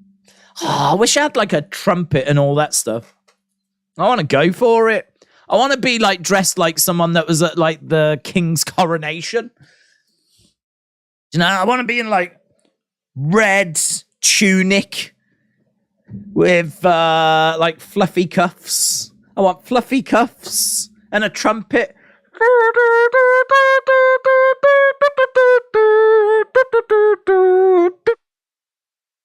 It's good to get into a bit of a Christmas spirit, isn't it? In like May. I'm down with this. I'm down with this. Of all the things Kojiko has done, this is one of the weirdest, but it's actually one of the most enjoyable as well.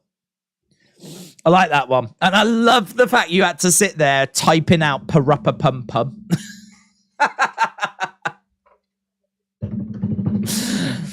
Pa-ra-pa-pum-pum. In your head, you must have been singing it whilst you were typing it, unless you just copied it from somewhere. That'd be cheating, though.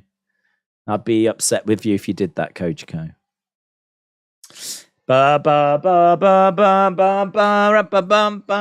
Trini said, Kojiko, have you been spending time with Tony Khan? Did you play in the snow by any chance? She means cocaine. Right, we're going back to the action. Let's go. Let's go. Stop singing, little drummer boy.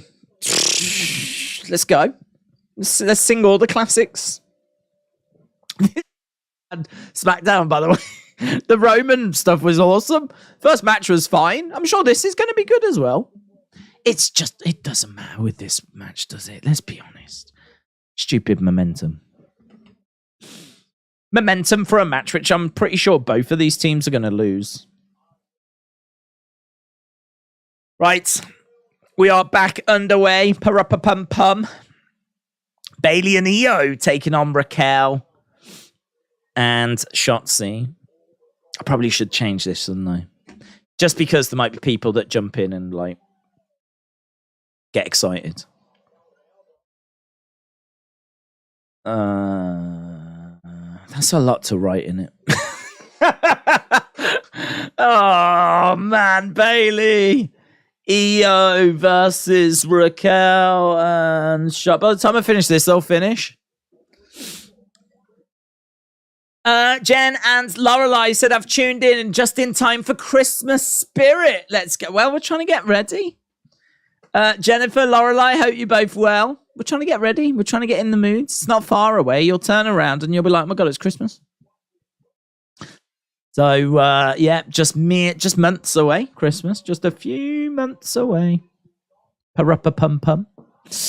Into the back of Bailey, Shotzi, going for the cover. 1, 2, kick out.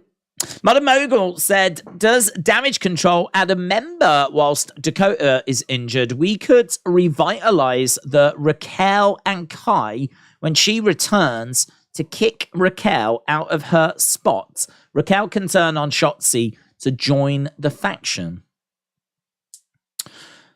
I don't think I would go that way personally.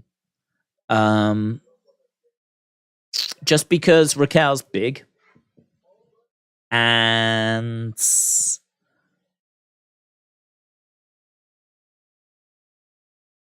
sort of feel like she is, I don't know if she's already past that point. I kind of feel like she is doing all right for herself at the moment. I don't think she's a million miles away from like really consistently being in title matches. And I don't know when we pull the trigger on her becoming a world champion, but her going into Damage Control for the next like 6 months or so. Don't know. I don't know if that helps or hinders, because she's getting on TV. We're not struggling to use her. She's got a good size. I feel like we're getting somewhere with her. Yeah, it's not the worst idea in the world. Shotzi gets pushed to the outsides. Raquel goes into the corner. As a Catholic, I don't know if to sing or go ask for forgiveness for being on the stream. What, you got to ask for forgiveness for singing pum. Bailey, she botched. She tried to go over Raquel, and unfortunately she did, but so far that she couldn't flip Raquel over. Raquel sits down and pins Bailey. Now pins Bailey. Bailey constantly lets Io down. Io comes over. There is miscommunication. Io can't believe it.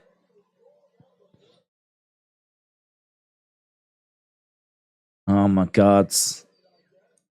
Miscommunication. Raquel just sort of sits on Bailey. She just sits on her. And there's nothing Bailey can do.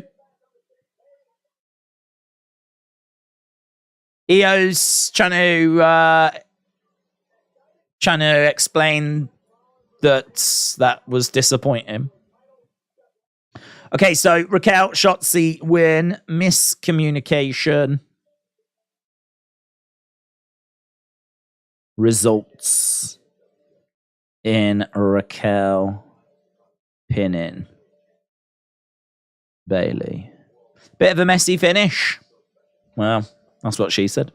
Die Hard Doodle said, do you think it's odd that there is 7 matches and a spot missing, or is that the cards? I don't think it's odd at all. I mean, to be honest, I don't think there is a set amount of matches. I think the number varies from show to show. At least I'm not aware of there being like consistently 8 matches for a premium live event recently. So I don't see there being a spot missing. They could add another match. I mean, there are rumors that Boogs and LA Knight could be added, but I don't know. You've got me thinking now about like how many matches are there on premium live events. Let's have a little look, shall we? It's an easy way to get an answer on that. So at Backlash, there was 7 matches. So Backlash had 7. WrestleMania 39. Day 1 had 8. And day 2 had 7. NXT Standing Level. What was Elimination Chamber? Elimination Chamber was 5. But that did have some Elimination Chamber matches. Royal Rumble, it's not going to count, is it? Royal Rumble's not going to count. Survivor Series probably ain't going to count either because of the fact that we've got War Games matches, but that had 5. Crown Jewel. Let's have a look at Crown Jewel. Crown Jewel last time had 8.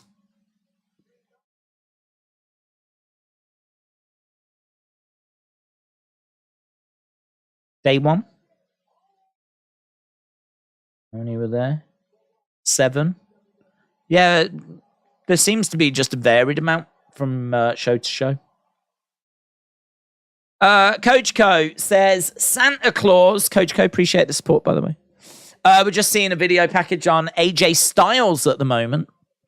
Coach Co said, Santa Claus, go straight to the ghetto, hitch up your reindeer, and go straight to the ghetto. Santa Claus, go straight. I don't know this one. Go straight to the ghetto, fill every stocking. Careful. You find the kids are going to love you so. What the hell is this? I don't know this Santa Claus go to the ghetto song. In the ghetto. We've gone back to Elvis. Santa Claus go to the ghetto. Oh, we all remember that movie, don't we? You know Santa Claus in the ghetto. Oh, it's a Christmas classic, that is. I don't know it. I can't sing it. I don't know it. People will have to let me know if they know that one. Do you think there will be any returns or shocks? There's a wrestler from New Japan who's a free agent. I'm pretty sure Jay White's a free agent. It'd be good to see someone. I think Jay White signed with AEW. I don't think there'll be anything. I'm not expecting anything. I mean, other than maybe the Usos. But no, I can't say I'm expecting any surprises or shocks. I don't think the Saudi shows tend to really deliver too many surprises or shocks. I do remember us getting a local Saudi Olympian not long after the Olympics. Oh my God, those masks, man, I don't like them. They look like the Stay Puft Marshmallow Man. Let's go. Right, Hit Row making their way down. Oh man, they're just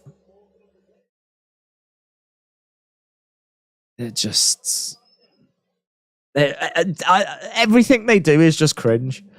Everything they do, they just don't seem to be able to do anything that isn't cringe. Hero, stay puft, stay puft, stay puft. Marshmallow Man.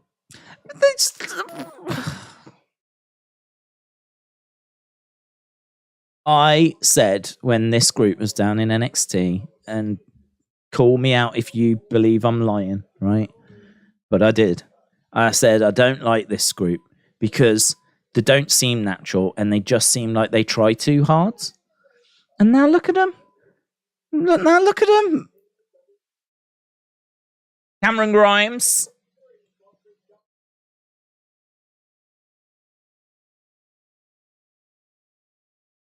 I mean, what I'll say is they don't give a flip what anyone thinks about them. I do respect that. It reminds me of Coach Co.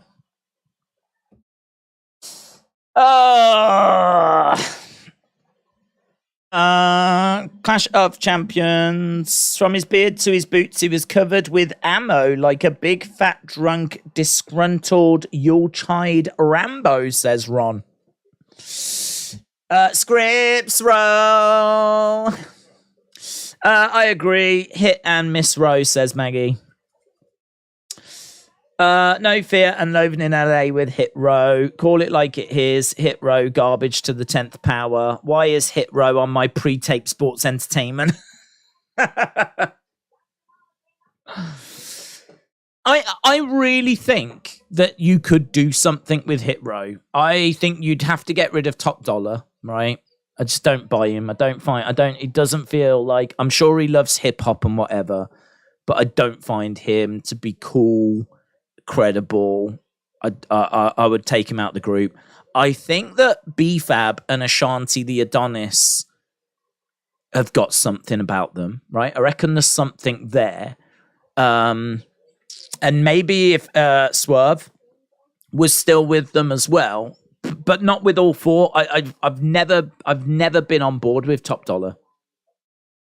But I do think that B-Fab and Ashanti potentially could do something. But I just think the way they're presented, I'm sure, from what I've heard, they do leave them to their own devices. I remember Shawn and Triple H saying that they didn't want to tell Hit Row what to do in NXT because then it would come across as fake. And the ironic thing was, it's felt fake to me from the start.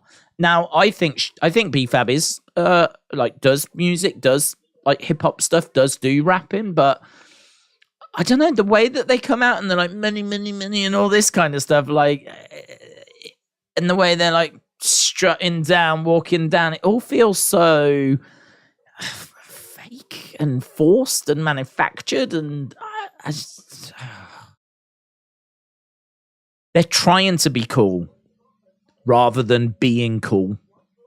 That's the problem with Hit Row. They're trying to be cool rather than just being cool.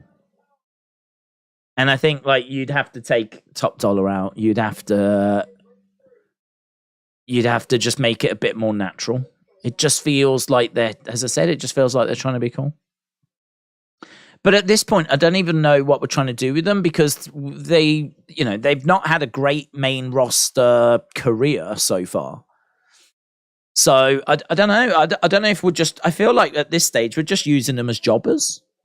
I think we're just using them as jobbers. I wonder if Triple H regrets bringing them back, or there's a big or here, right? It's like a boat, big or. Is this exactly what he wanted? Did he bring them back thinking, nah, I've got a good relationship with them. I know that they'll be willing to put others over. Like, I can bring you back, but you're going to be coming back as enhancement talent, right? You can, I'll let you have entrances and whatever, but your main purpose is to put other people over. And maybe that was part of the agreement when they came back. Maybe this was the plan for them, or like, since he brought them back. I don't know. I don't know if this was the plan, or if it's just really not worked out and now they've gone poof, right down to the bottom of the cards. And all of a sudden now they're.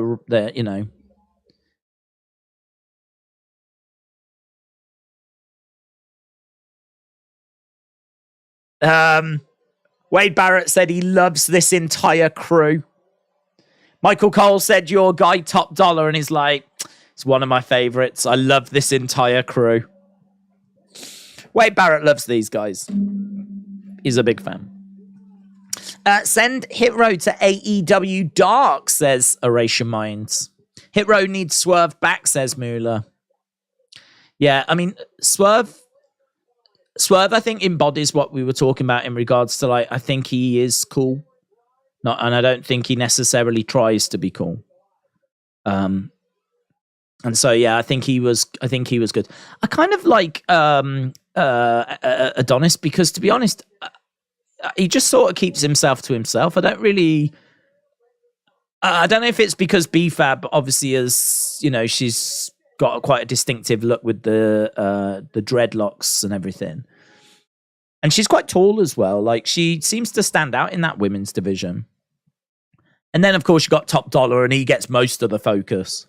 And so you've just got like Ashanti as like just in the background,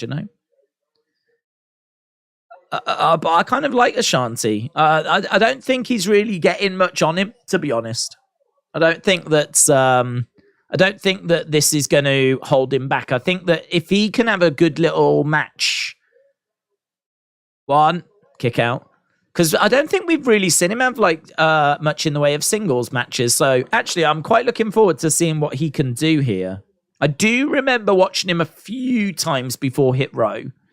He did have a few matches before Hit Row. But I mean, it wasn't really paying him much attention because he was brand new. Top Dollar trips Cameron Grimes over. Ashanti comes over. Starts throwing some shots on Cameron Grimes. Knee coming into the back. There's a sign in the crowd that says wrestling is great. It's got 2 R's. Top Dollar tripping over Cameron Grimes. So this allows Ashanti to get in control. Over in the corner goes Cameron Grimes. That drop kick, man. He got some height. He just drop kicked him in the face. Ashanti just drop kicked Cameron Grimes in the flipping face. Damn.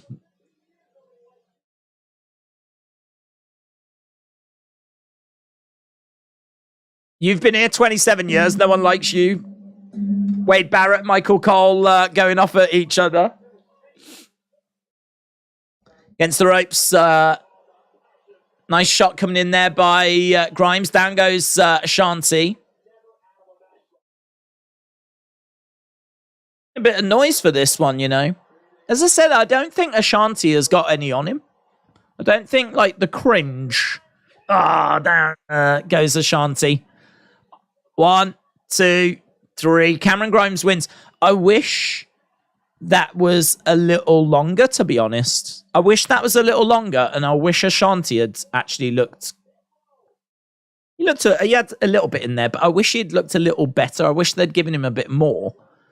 Because I think Ashanti could be one of those... If he'd have put in a banging performance there, people would have been like, did you see Ashanti?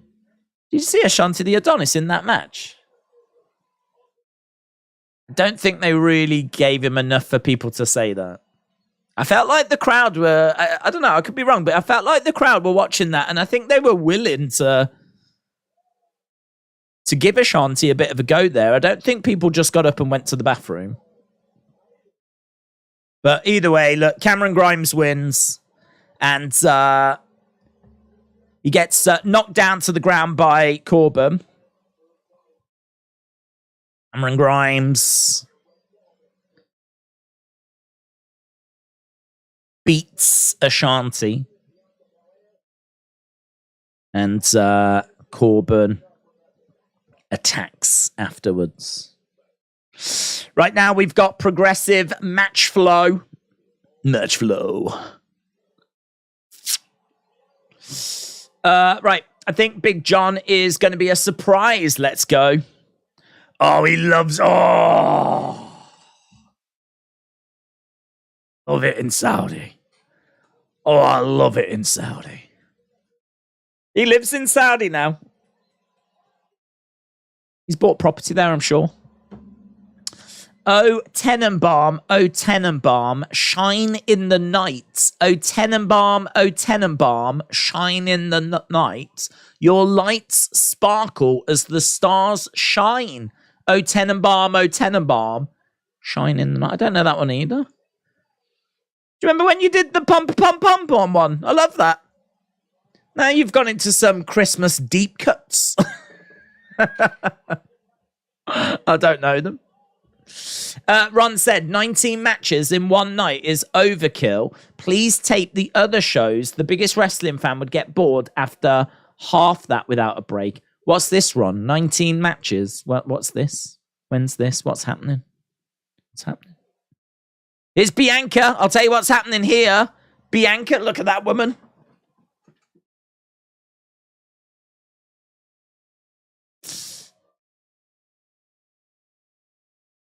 Down, watch it fall down. I never needed you at all. Making her way down. Come on, EST. I'm still on board the Bianca train, man. I'm still on board. I might be driving it at this point. I'm not sure. Watch me shine now. I never needed you at all.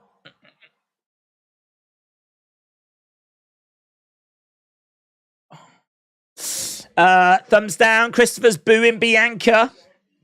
Bianca's screaming is so good when Asuka delivered that green mist, says Hayden. Halftime scores. Oh, you're a bit early. You're a little bit early. I reckon it's the next one. No single mention of her still Raw champ on SmackDown. This karaoke is sponsored by Coachco, making sure you sing along for the vibes. Asuka to win tomorrow, please. I need another Asuka reign, says Austin. Macca said, do you think the Usos accidentally cost... I do, yeah.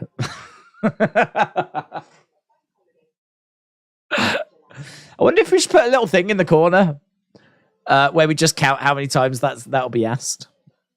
You know, tomorrow during the main event. Oh, man, I bet it'll be asked a lot during tomorrow's stream, in all fairness. If Asuka doesn't win tomorrow, what could she really do from there? Well, I just don't think that it's... I just don't think it's big enough. I just think, what have we done?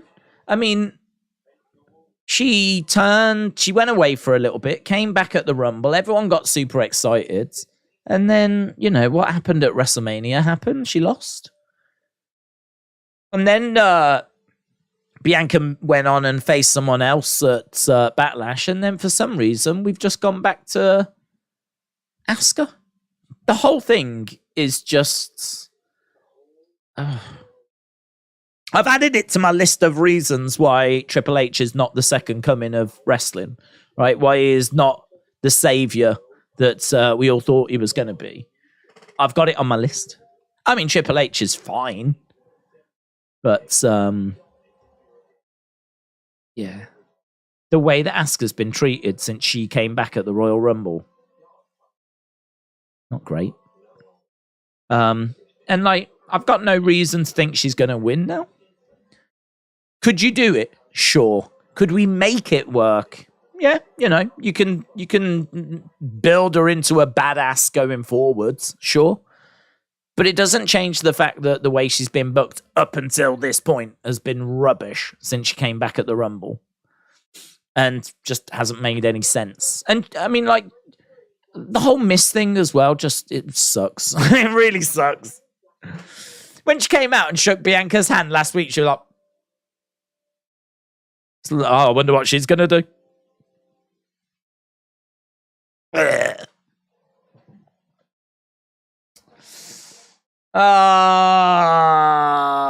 love Asuka. I feel like we're mistreating her. And honestly, I think putting the belt on it doesn't change the fact we're mistreating her. We're just mistreating her, but with a belt. She's not doing any, where's the dark interviews? Where's the interest? Where's the story? Where's the story? Where's the character development? She's wearing some slightly different clothes and slightly different makeup. And now she's coming out with a mouthful of green goop. That's it. That's it. That's what we've changed. Why have we not done a sit-down interview with her? She has changed. So why? Why did she change? Why is she different now? Don't know. We ain't going to find out either. EST. EST. That's right, guys. Sing along. Come on. EST. EST. EST. EST. EST. EST. EST. EST.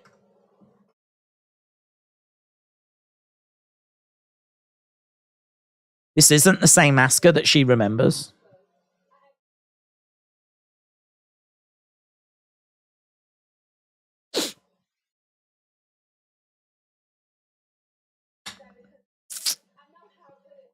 I know how good it feels to be your Raw. If Asuka comes out with goop in her mouth again and does more misting again, this will be like the 10th week this year or so. This Asuka's different. This Asuka wants more. Gimme, gimme, gimme, gimme, gimme. If Asuka wanted a rematch, all she had to do was ask.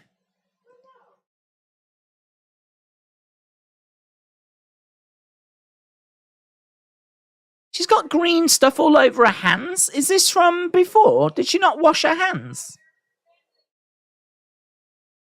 Did she get misted last week and she's still got green on her hands? Her hands are green. Look at her hands.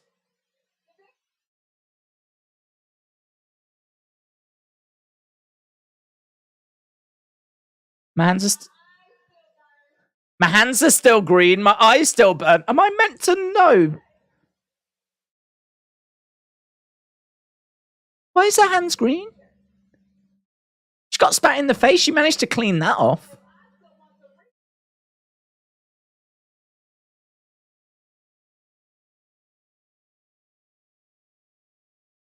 I'm not just giving Asuka a rematch. I'm giving her a fight.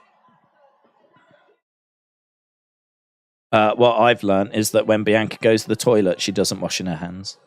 Because if she did wash her hands, I'm pretty sure it would wash it off because it washed off her face. Bianca doesn't wash her hands when she has a tinkle. That is what I've learned from this promo. Asuka attacks Bianca. Asuka looking for some sort of arm bar. Michael Cole said, this isn't the same Asuka as at WrestleMania. Something has snapped inside of Asuka. We could ask her, but it's better not to, innit? It's better to just guess. She going back over into a KOD. Oh, she landed on top of that man.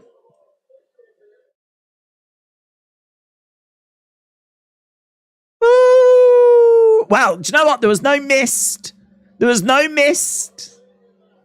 So that's good.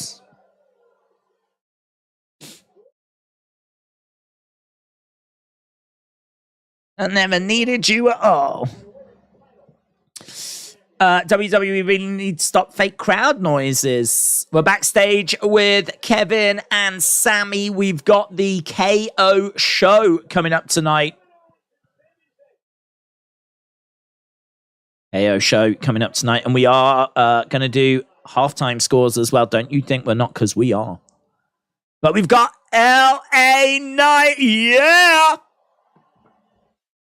LA Knight. Booze? Booze for LA Knight? Booze? Wow. Loud booze for LA Knight. Boo. Wow. Booze. Listen to the booze. People love Rick Boogs. That's what it is. The fake crowd noises love Rick Boogs. Boo.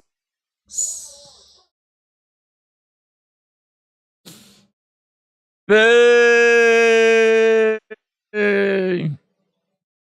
Boogs. Right, let's go.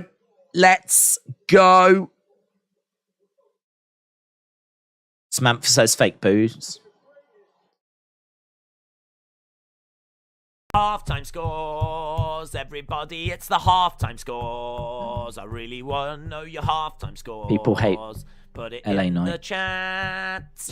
Breaking news. Scores. Everybody, it's the halftime scores. Are you happy? It's the halftime scores.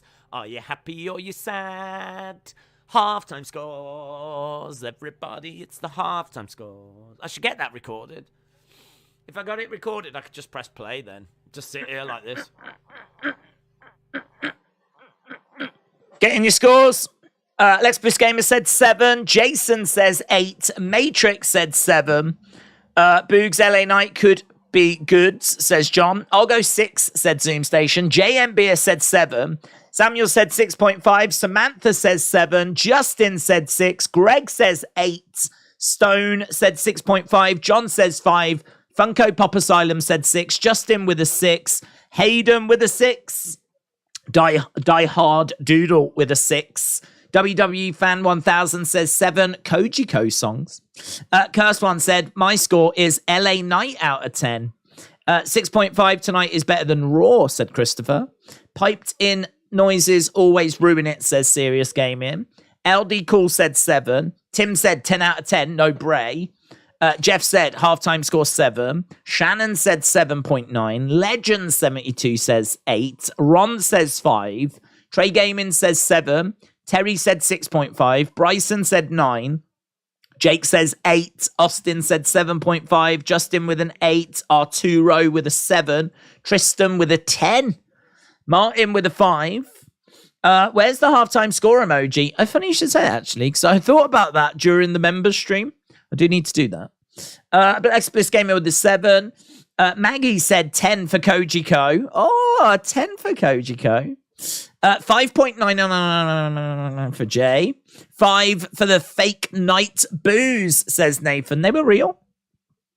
People love Rick Boogs. No one likes LA Knight. He sucks. Elshawn said 6.5.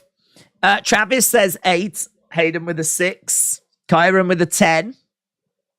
6.56, not horrible, but not memorable either out of 10. Horatio Biden says, Boo Earns. They're cheering Boo Earns. Yes. Simpsons reference. But you knew that anyway. You knew that anyway. Imagine putting in fake boos at LA Knight. Good job they're not. These guys, these are real boos. No one likes LA Knight. He sucks. Right? He's rubbish. He's become a meme. And it's become cool to like him. But if you actually look at him, he's rubbish. And the crowd have realised it. And now they're booing him. And that's what's happening. Everyone prefers Rick Boogs, who is the real hero in this story. He was attacked by the evil LA Knight. LA Knight is a naughty, bad man who is hopefully about to be beaten. That's the situation. That's the story. That's the hero we need. Let's go, Boogs! Let's go! Boogs. One of these wrestlers has got tassels and the other one doesn't.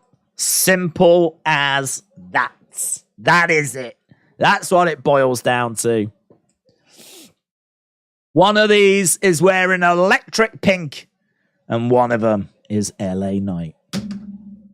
They weren't booing LA Knight. They were cheering Boogs. They were doing both at the same time because that's the great thing. You can do both at the same time. Right. We're about to get underway then with LA Knight, Rick Boogs, but someone's coming out. What's this? Street Profits.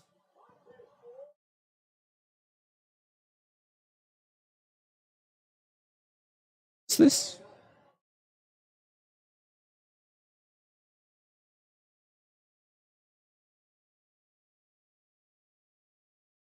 I want Boogs. Boogs.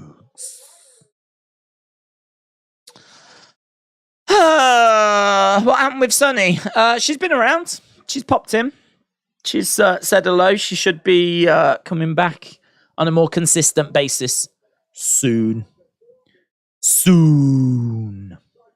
Tag match incoming. Rick Boogs has more charisma when he had long hair, said Big Time Baxter. LA Knight is 100 times better than Boogs, says no one. Right, we got Boogs on the outside going after. Oh, big shot coming in there. Scoops up LA Knight. Look at the strength. Look at the strength. Look at the strength. Ah! Boogs. Dawkins. Is Boogs in out? Street Profits are hyping up Boogs. Boogs trying to get back in the ring. Kicks coming in by LA Knight. LA Knight clubbing away on Boogs. Boogs in the corner. Boogs trying to respond. Hurling LA Knight in the corner. Clothesline. LA Knight going over the other side. Boogs shoulder first into the corner. I'd actually be really down. All joking aside, I'd be really down for these two to have a pay-per-view match. Even if it was on the kickoff show, give them some time.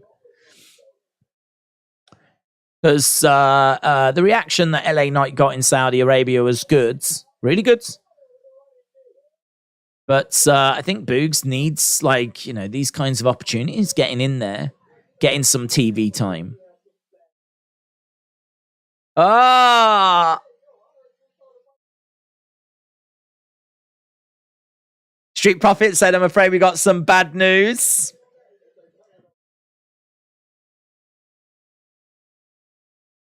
LA Knight back in into the corner, dropping a knee, but Boogs moves out the way. I'm afraid I got some bad news. Boogs trying to get back up to his feet, picks up LA Knight, hurls him across the ring. LA getting up.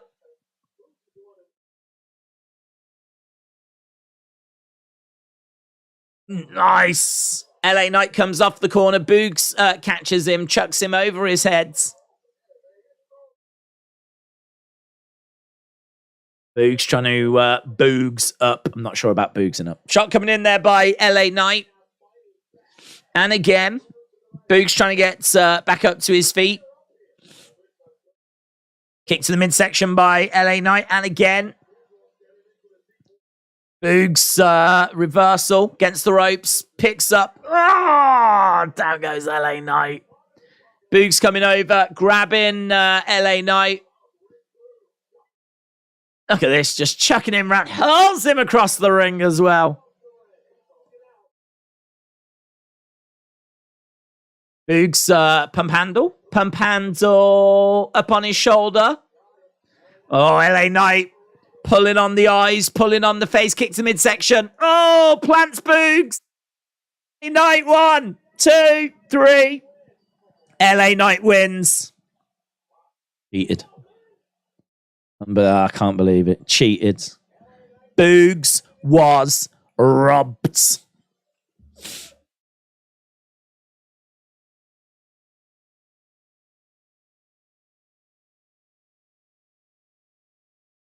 You've been talking trash the whole time.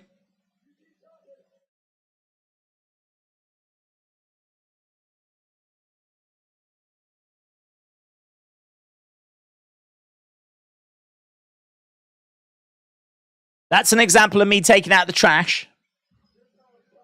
Your time's coming.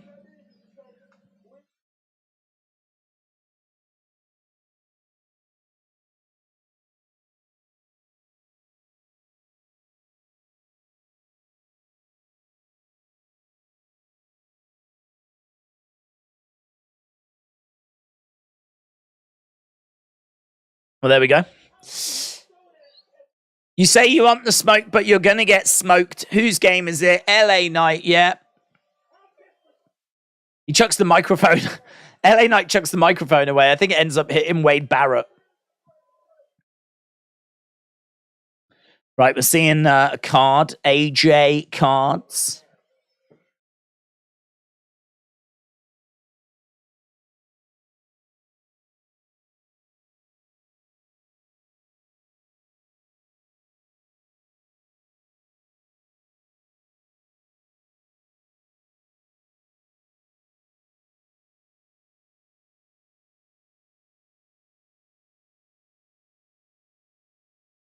You shouldn't be asking if you've got what it takes to beat Seth.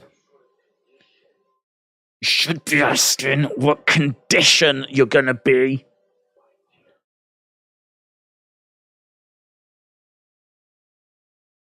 So Carrion says you shouldn't be asking, can you beat Seth? You should be asking what condition are you going to be in when you face Seth.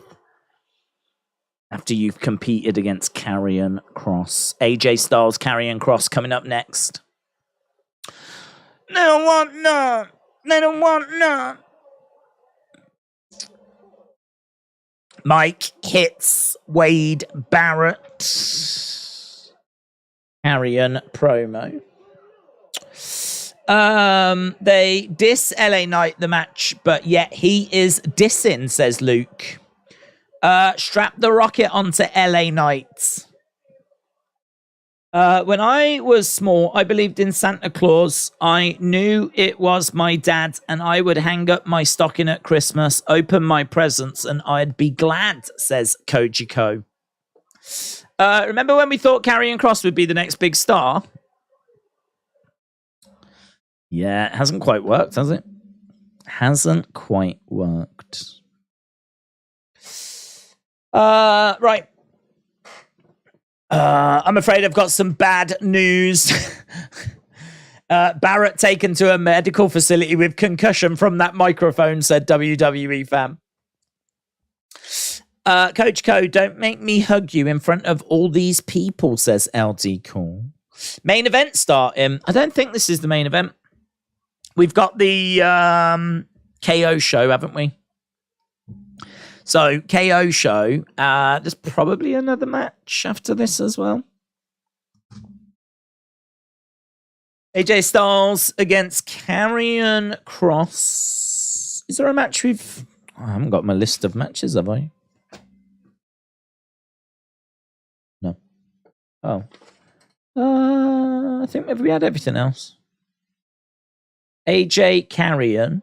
We've had the women's tag match. We've had Theory Sheamus. I think we've had all the advertised stuff. But, I mean, I've got to think that there's got to be... I mean, if this match goes 15 minutes, that'll take us to the half an hour to go. I don't think the KO show is going to take half an hour, is it? I agree. I would have thought this would have been the final match. Unless we're just going to do loads of video packages and whatever. I don't know. We'll see. Aaron said, I've been on TikTok for ages. Still didn't see Carrion. Yeah, you'd think he'd have the best TikTok. Of all the WWE superstars, you would think Carrion's TikTok would be the best. That's all he keeps banging on about. That's his catchphrase, isn't it? Follow me on TikTok. I don't even know if he's on there. You're right.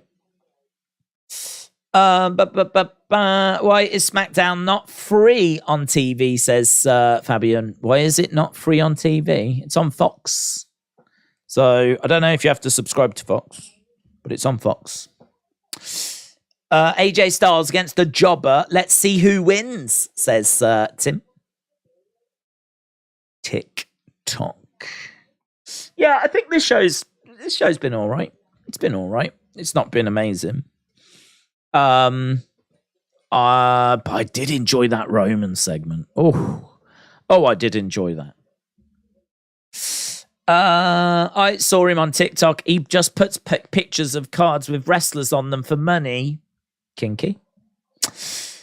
Days, Drew must be coming back soon. I'd imagine he'd want to be at Money in the Bank in the UK. Yeah, but he's going to lose, and then he'll end up singing a song with Daniel Dubois afterwards. It's going to be awesome.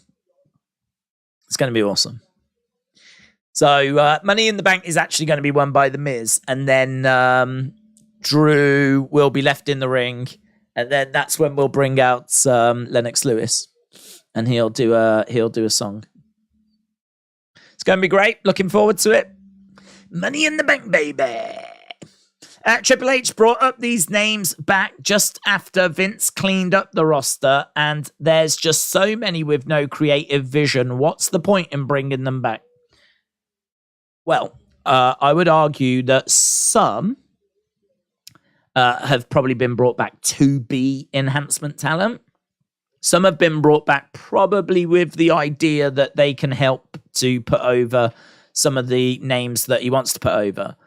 You know, if it's clever actually, because if you take over the roster, right, and you know there's people you want to push, and there's maybe people that you're looking at thinking, no, I don't know really, you know, I would do something with them, but I want to do something with them as well. Like, and you're looking to see who's going to be your enhancement talent, who's going to prop up the rest of the roster.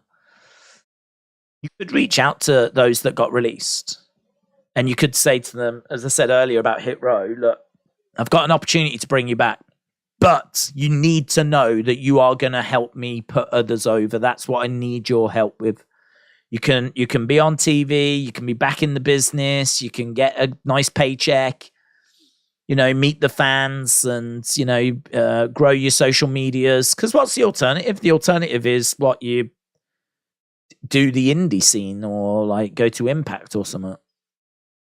But come in, you know, I'll use you as enhancement talent if we can, you know, if we can find something that works and maybe we start doing something further down the road. So we don't know. We don't know if he didn't have that conversation with Emma or had that. I don't think he had that conversation with Carrion. But I'm talking more about Hit Row. I'm talking more about Emma. I'm talking more about, I don't know. I mean, I don't think Braun. I'm trying to think who else he brought back. He brought back Dexter, didn't he? Who else has he brought back? Tegan. He could have had that chat with Tegan, couldn't he? I haven't got anything for you in the short term. I'm going to use you to put others over. But we will hopefully look to do something with you further down the road. He might have done that. And then that means that he can... Then he's got a little pool of people that they know that's their role. They know that's the plan. And then he can start to try and build a few people, use them to put them over. And then who knows, perhaps he said, you know, in the summer of 2023, late 2023, early 2024, my plan is to then start, moving with you, and we'll start getting some momentum. We'll start giving you some wins, or I don't know. I don't know what he said. But I don't know that he was like, I don't know that he said to all of them, I'm going to bring you back and I'm going to use you all as like, big stars or whatever. Don't know.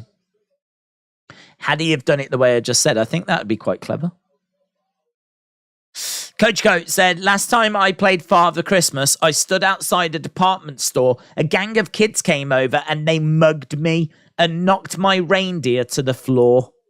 I don't know if that's not a carol, is it? What's that? What is that? Is that from a song?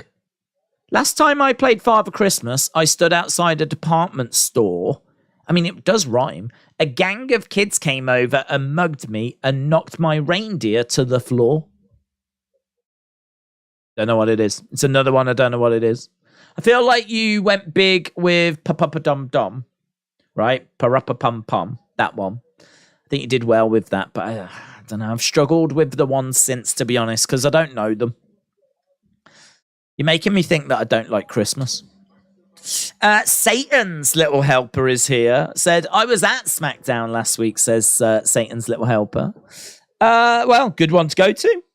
The one last week, you got to see quite a bit of action, so I hope it was enjoyable. It's, I can't remember what we scored last week's show. I think this one's obviously lacking a little bit, but again, it's a go-home show, so it doesn't really matter. So, yeah, I hope you enjoyed it. It coming in there by Carrion. I think it's always weird when you go to these shows and then you see them on TV. In the UK, like, you can go to a Raw and it won't air until later, so it's not live. So that means that, you can kind of be at the show, then get back to the hotel and then watch it and see how it comes across. Because obviously when you're at the show, you don't hear the commentary. Mia Yim has come down because, of course, Scarlett's at ringside. Scarlett was getting involved. Mia Yim is chasing after Scarlett. Scarlett's running away. She's got them red bottoms. She's got them red bottoms that Cardi B told me about. They're expensive. Meow. Yeah, Cardi B. Meow. Wow, as Scarlett was running there, she had red bottoms on her shoes. She's making that $. I don't know what Mia Yim was saying. Mi Jim was saying as she was coming down. But she chased Scarlett. Scarlett did... I enjoyed Scarlett's reaction there. I love how Carrion didn't care as well. Carrion was just watching, just like... women. Oh, God. What are they like? Timothy, shout out to you, said, I wonder why they didn't have SmackDown in Saudi Arabia unless this isn't live. This isn't live. I still don't know why they didn't do it, though, to be honest. I don't know why they didn't do it. Maybe it's because they don't want to fly everyone to Saudi Arabia, and like if they can get away with just taking a percentage of the roster. But I don't know, because Boogs is there and LA Knight's there and Carrion's there, and we know that AJ's there. I don't know who's not gone. Bailey, Io, Raquel, Shotzi. Would it be those? Don't know. Perhaps as well, they just wanted to sell tickets for the pay-per-view and not pay-per-view and SmackDown. Perhaps they're just thinking, like, let's sell tickets for the pay-per-view so that we don't have to try and, like... Because some people might go to SmackDown to see the stars and skip the pay-per-view, maybe. Don't know. It's a weird one. I don't know. I don't know why they've not done SmackDown in Saudi, and they've never done it in Saudi. Scarlett running in boots, more graceful than Titus. I've never seen Titus running in boots, so I can't say. I didn't even know he had those red bottoms. Last Christmas, I gave you my heart, but the very next day, you gave it away.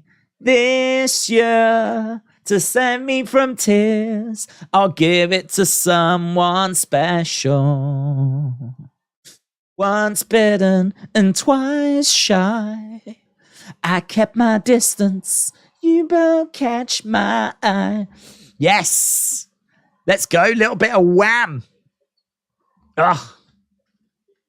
Okay, now you're back on it now, Coach Co. You're back on it.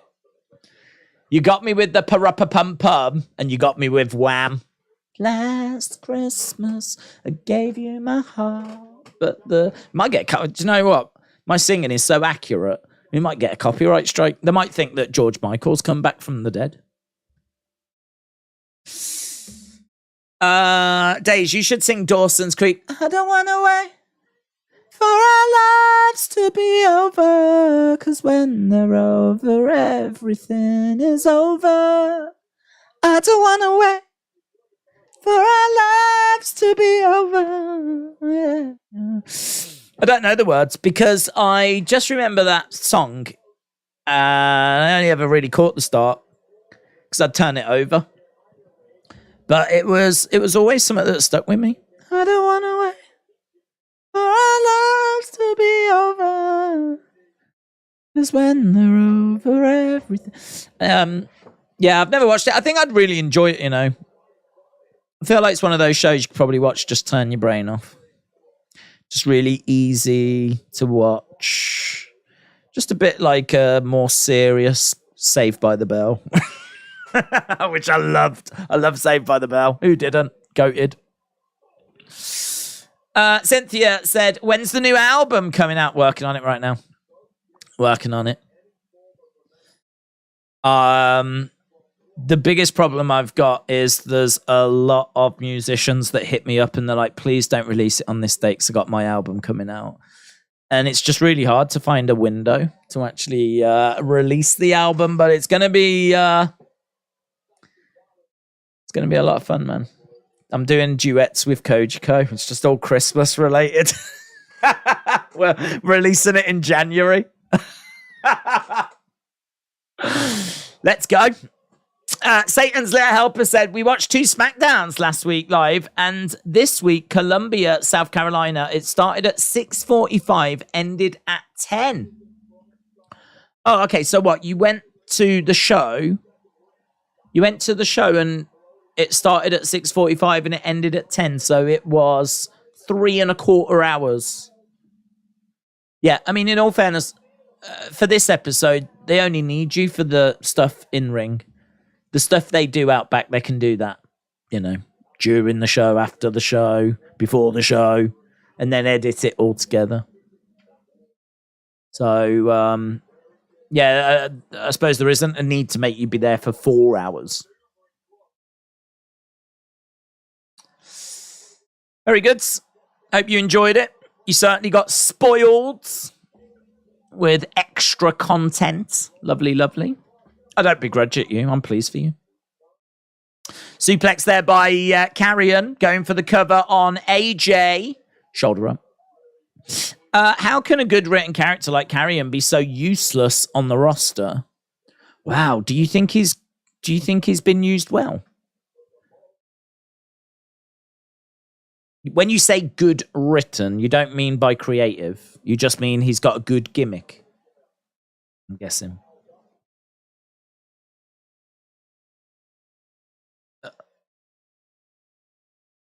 Carrion back in the corner. AJ comes up, goes for the ball hammer, but quick shots coming in by AJ.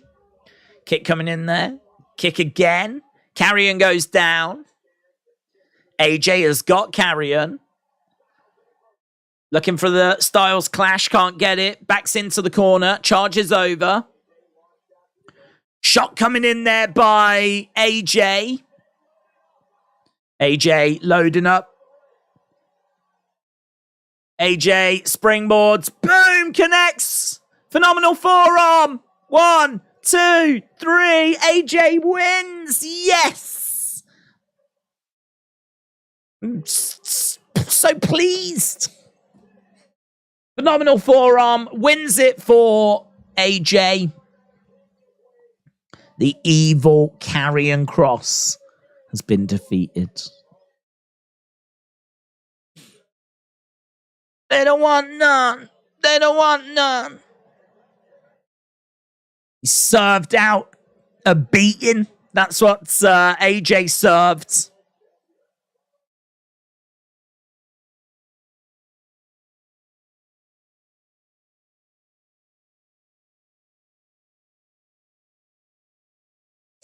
He is making no secret about what he is looking for. Satan's Little Helper said LA Knight is so over. Well, you say that, but all I heard was booze.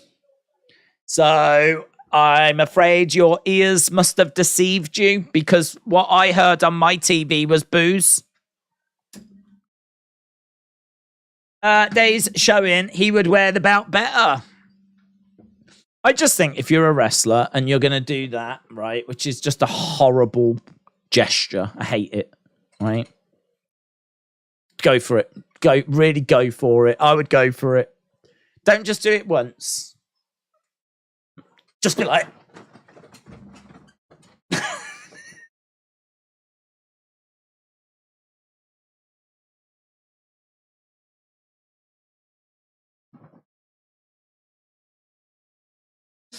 Maybe you could, like, go back to the... go all the way up the ramp like that. I feel like it's a real good workout, you know. It's a real good workout. Oh, my core right now. I feel very toned. Yeah, when they're just there and they're like... Come on. Boring. Go for it, you know. Go for it. Belts here. Championship. I feel like there's probably some new gestures that we could introduce. You know, like how like the referees are like, "Whoa, out of there!" And the wrestlers when they won a championship. I mean, I feel like we could definitely turn that one up a little bit more. Because the referees used to just do, "You're out of there," like that. That was it. You know you're out of there. And that was it. I still feel like when the wrestlers are going, I still feel like that's back in the day. That's old school. We can turn that. We can, at the moment, that's about a 3 out of 10. We can go to 11.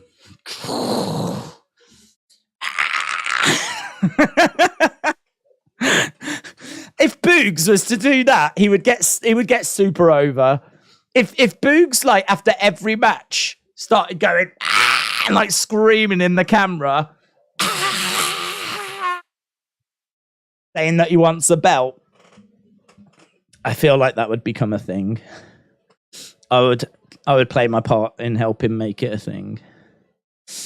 Coach Co said it was Christmas Eve. Oh, it's gone. Koji Co has retracted a message. If only he'd learned how to do that sooner.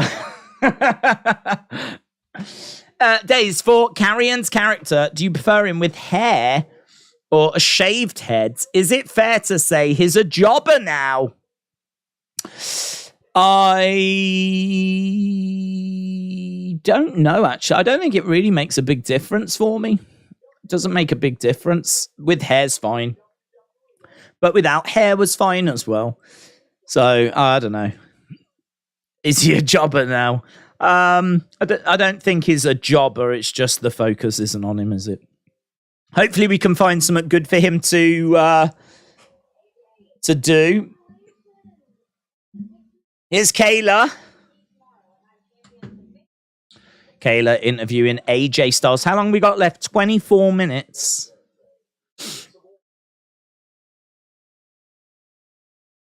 He can be unstoppable.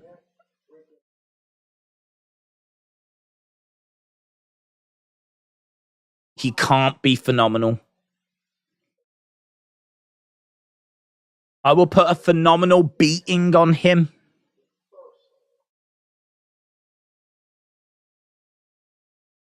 to become the first WWE World Heavyweight Champion. That's very interesting language, because there had been some rumors that AJ, that this belt was going to have the lineage from the past. I personally don't think it should, because I don't see how it can, because that old belt got combined with the WWE Championship. So technically, Roman has the old World Heavyweight Championship, and he hasn't lost it. So I don't see how this can have that lineage. So AJ saying, I will become the first. And he really emphasized it as well. Sort of makes me think that's their way of telling us where we are with that situation. Days wearing pants, says Cynthia. Well, Cynthia, I know I do send you some pictures, but I do also wear pants sometimes as well. So, yeah, it's not the biggest surprise. It's not the biggest surprise. I got some pants on. Some pants on. It's not all just filthy stuff, you know. Save that for the DMs. DMs. Legend Killer, shout out to you. William said, if it was that $400 super chat a while back, he made enough to buy a pair. Let's go. The crowd was only doing yeah and woo. No, you thought it was woo, but it was boo. Boo. So that's what came across on TV. Boo. AEW All In number not moved from 60K. It is stuck. The number's stuck. Oh no! What's happened to the number? It's stuck. It's stuck. It's stuck. It's stuck. Ah. I'm having a lovely time, by the way. I am having a lovely time. But anyone else was in South Carolina with me? I don't know. I think you're the only person that said they were there. So I don't think there's anyone else. Can you give us an autogram and hold it to the cam? An autogram? What's an autogram? It's an autogram? I feel like that is a word, and I don't know what it... I don't know... What is it? An autogram is a sentence that describes itself in the sense of providing an inventory of its own characters. What?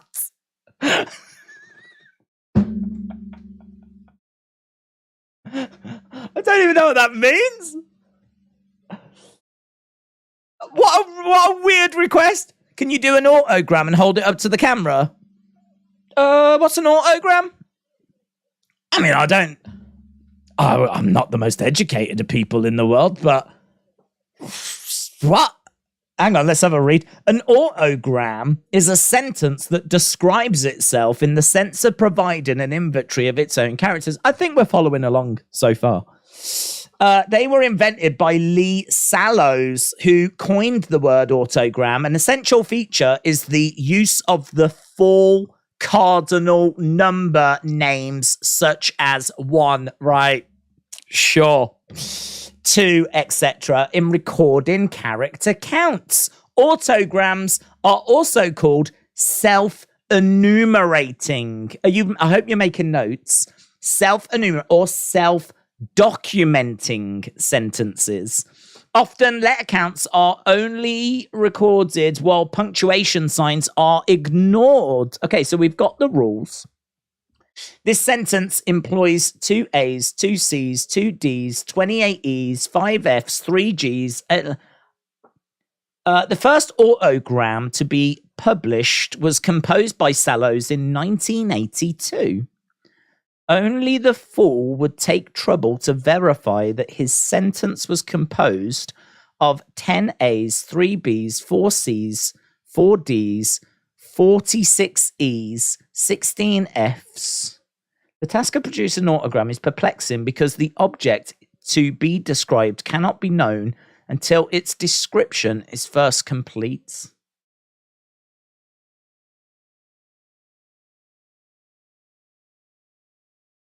Okay. I think what an autogram in. Okay. So an autogram is where you say how many letters are in the sentence that you are saying, but you don't know the letters until you've finished the sentence. Can I just say, of all the things to ask me to do and then hold up to the camera, that is a challenging one.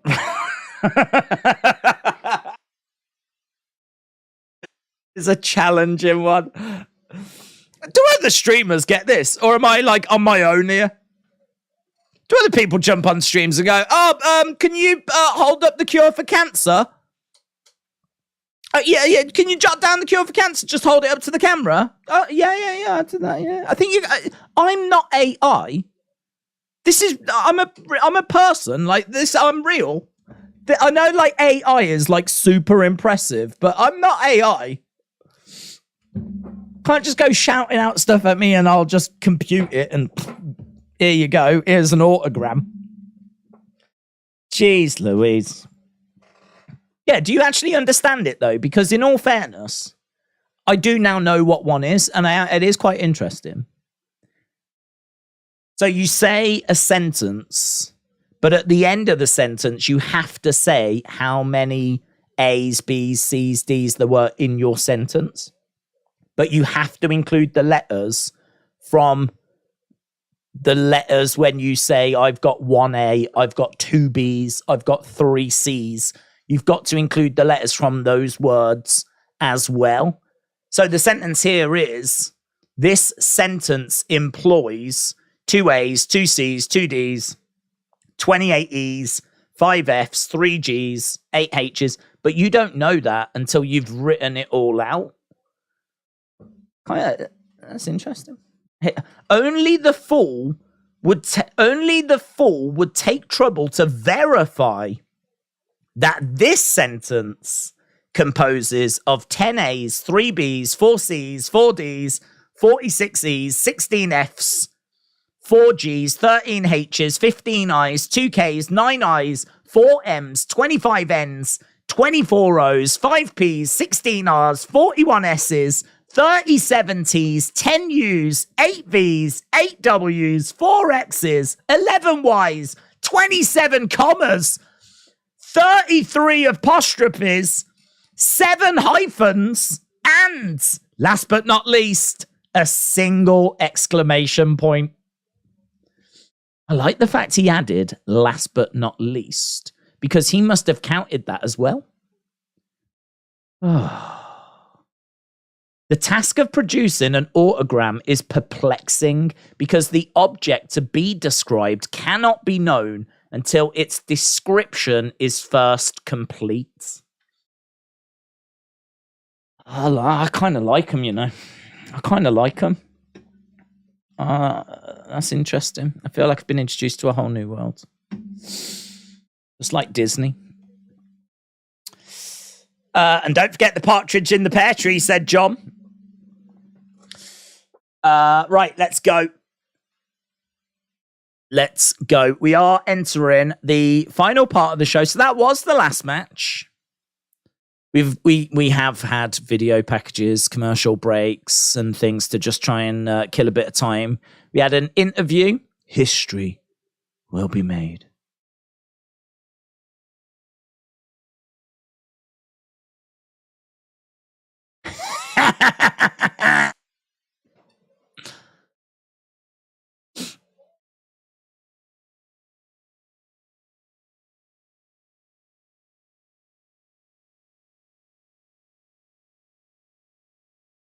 Okay. Night of Champions. Don't forget, we're doing that live stream tomorrow. We are here. Next week on SmackDown, Roman celebrates 1,000 days. Roman celebrates 1,000 days. That's the one that Austin's waiting for. We've also got Money in the Bank qualifying matches. Montez against LA Knight. LA Knight's going to lose. LA Knight's going to lose. And then I'm going to go to Twitter and taste the tears with a straw.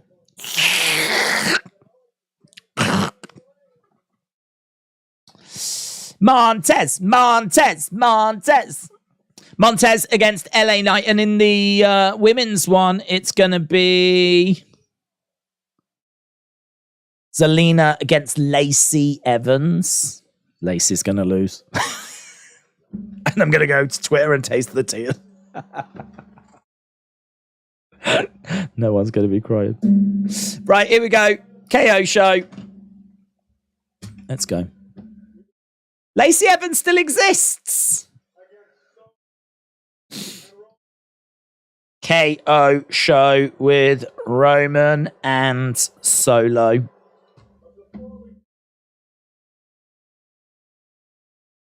There's a couple of things they need to get off their chest. My guests for tonight. Solo. Sign in the crowd says hire El Generico.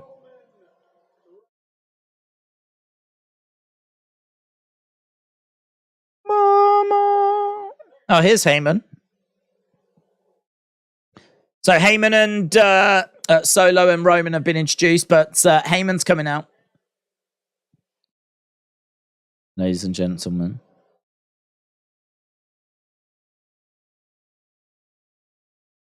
It amazes me how you still don't get the plot around here.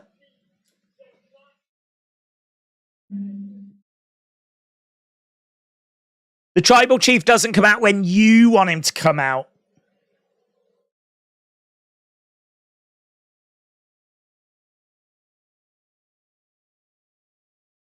There's no booing when the Mize man has got the microphone. Can you ensure the pillows are all anti-allergic for us? Thanks. What's this? What pillows? What pillows? What pillows? Usos are coming out. Usos are coming out. This wasn't part of the plan. Day one-ish. Down since day one-ish. Walking past Heyman. Yo, yo. Yo.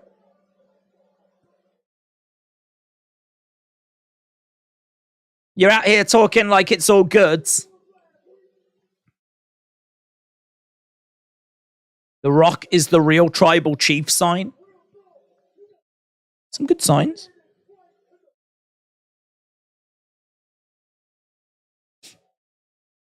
So, Usos in the ring. Paul Heyman looks quite shocked.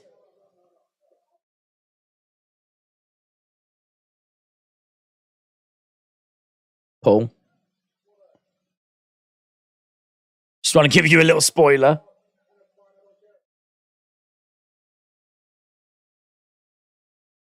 Okay. For months.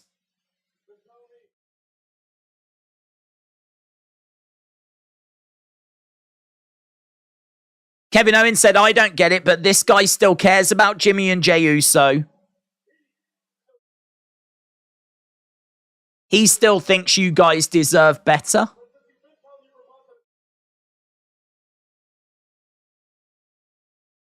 Maybe if I tell you what I think, it'll get through. He has been right about everything the whole time.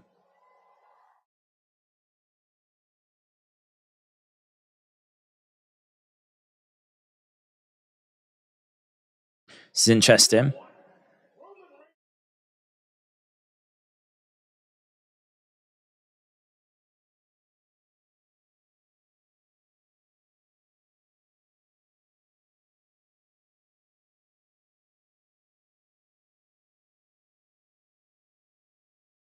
I'm looking at the heart of the table. Tables don't have hearts. The heart of the table.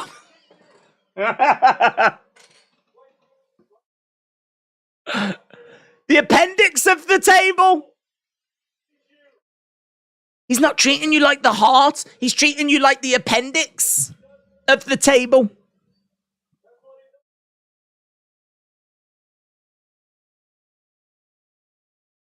You don't do anything unless Roman tells you to. That's not true. They're out there right now. Roman didn't want that. Silly Billy says, I know, Silly Billy.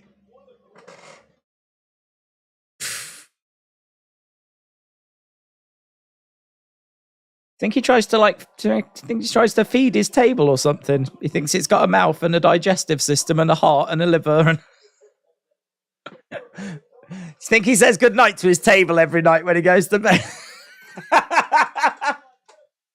We'll be back soon, table.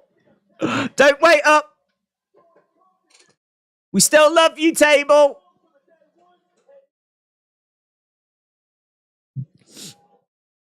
Ooh.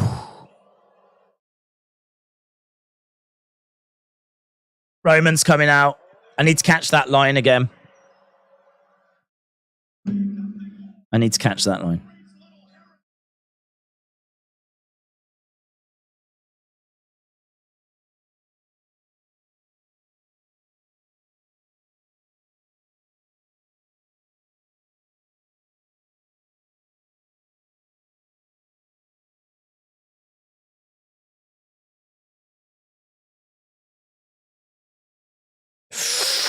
I am the tribal chief.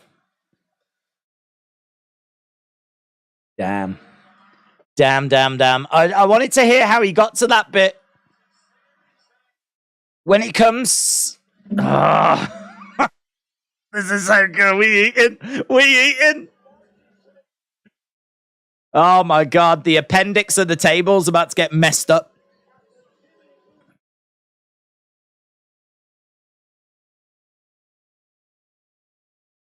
I didn't see any of this leak out. That was great reaction from the crowds. Microphone gets chucked away. Roman right in the face of the Usos. He's right in the face of Jimmy. Makes his way down. Throws the microphone away.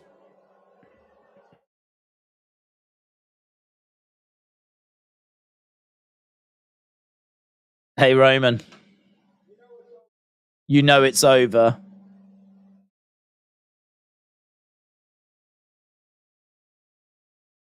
Hey, Roman, you know it's over. And it's all your fault. Knocks the microphone out of Sammy's hands. This is what I want Sammy to step up now. KO. Stuns Roman. Usos.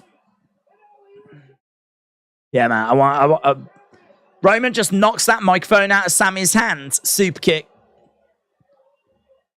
I really wanted Sammy to get right up at him, but there was no time, to be honest, because KO just stuns Roman. Now we got a big brawl. Solo. Samoan spike. Samoan spike. Another Samoan spike. Everyone's getting Samoan spikes. Oh, he's dishing out Samoan spikes everywhere.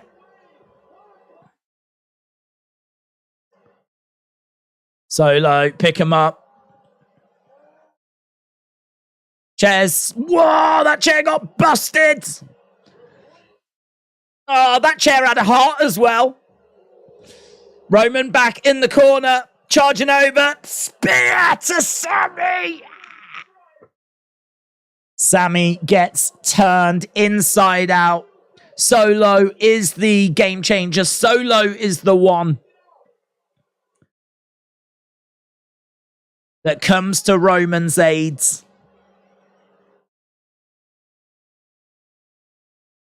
Usos have got the tag titles in their hands. Uso chants. Jay hands the titles to Solo. Jimmy is looking at the titles.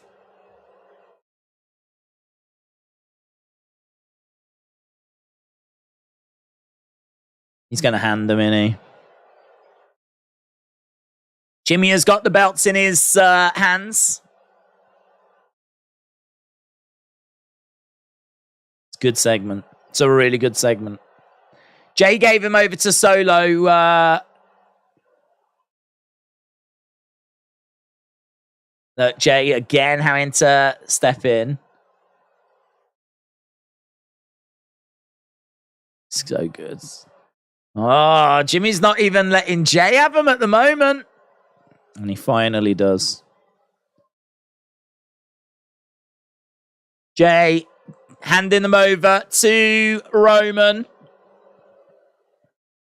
Boos raining down. Don't know what boos are louder. I don't know if these boos are louder or the boos for LA Knight earlier. Roman with both sets of tag belts.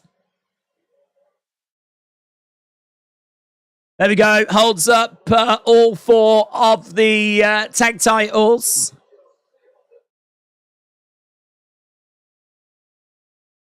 Jimmy stands back in the corner. Jay's like, get over it. Get over here. Oh, tasty episode, man. A lot of the episode, I would say, was so-so, but the Bloodline stuff was so good this week. Bloodline stuff was so good. Yeah, man. Jimmy not happy, says Hayden. Why can't they put this much effort into other stories? The only thing I would say about this is it was a little bit strange. Just a little bit strange. So I really wanted to hear how he built up to saying, I'm the tribal chief. The Usos got called Roman's little errand boys. He says, we're the best tag team.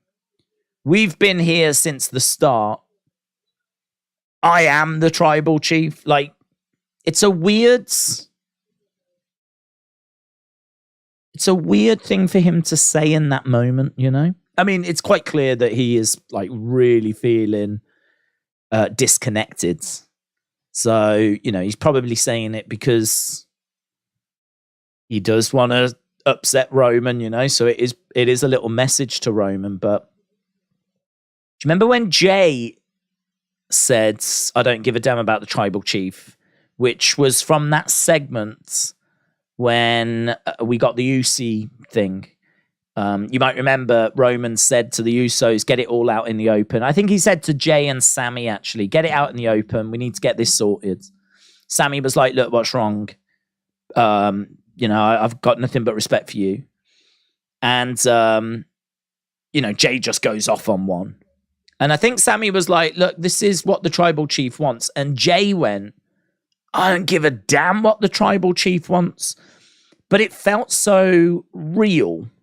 It felt like it fitted into that moment because he wasn't thinking about Roman. He was just thinking about telling Sammy how he really feels, right? And Sammy saying, look, I'm only doing what Roman tells me what the tribal chief. I don't give a damn what the tribal chief wants. He's not thinking about Roman. He's not thinking about, and then he goes, oh, damn. Like, oh. I really love that moment because it makes a lot of sense. This one, I don't know. It's not the same, is it? It's not the same. Like, he's got plenty of time to choose what he says.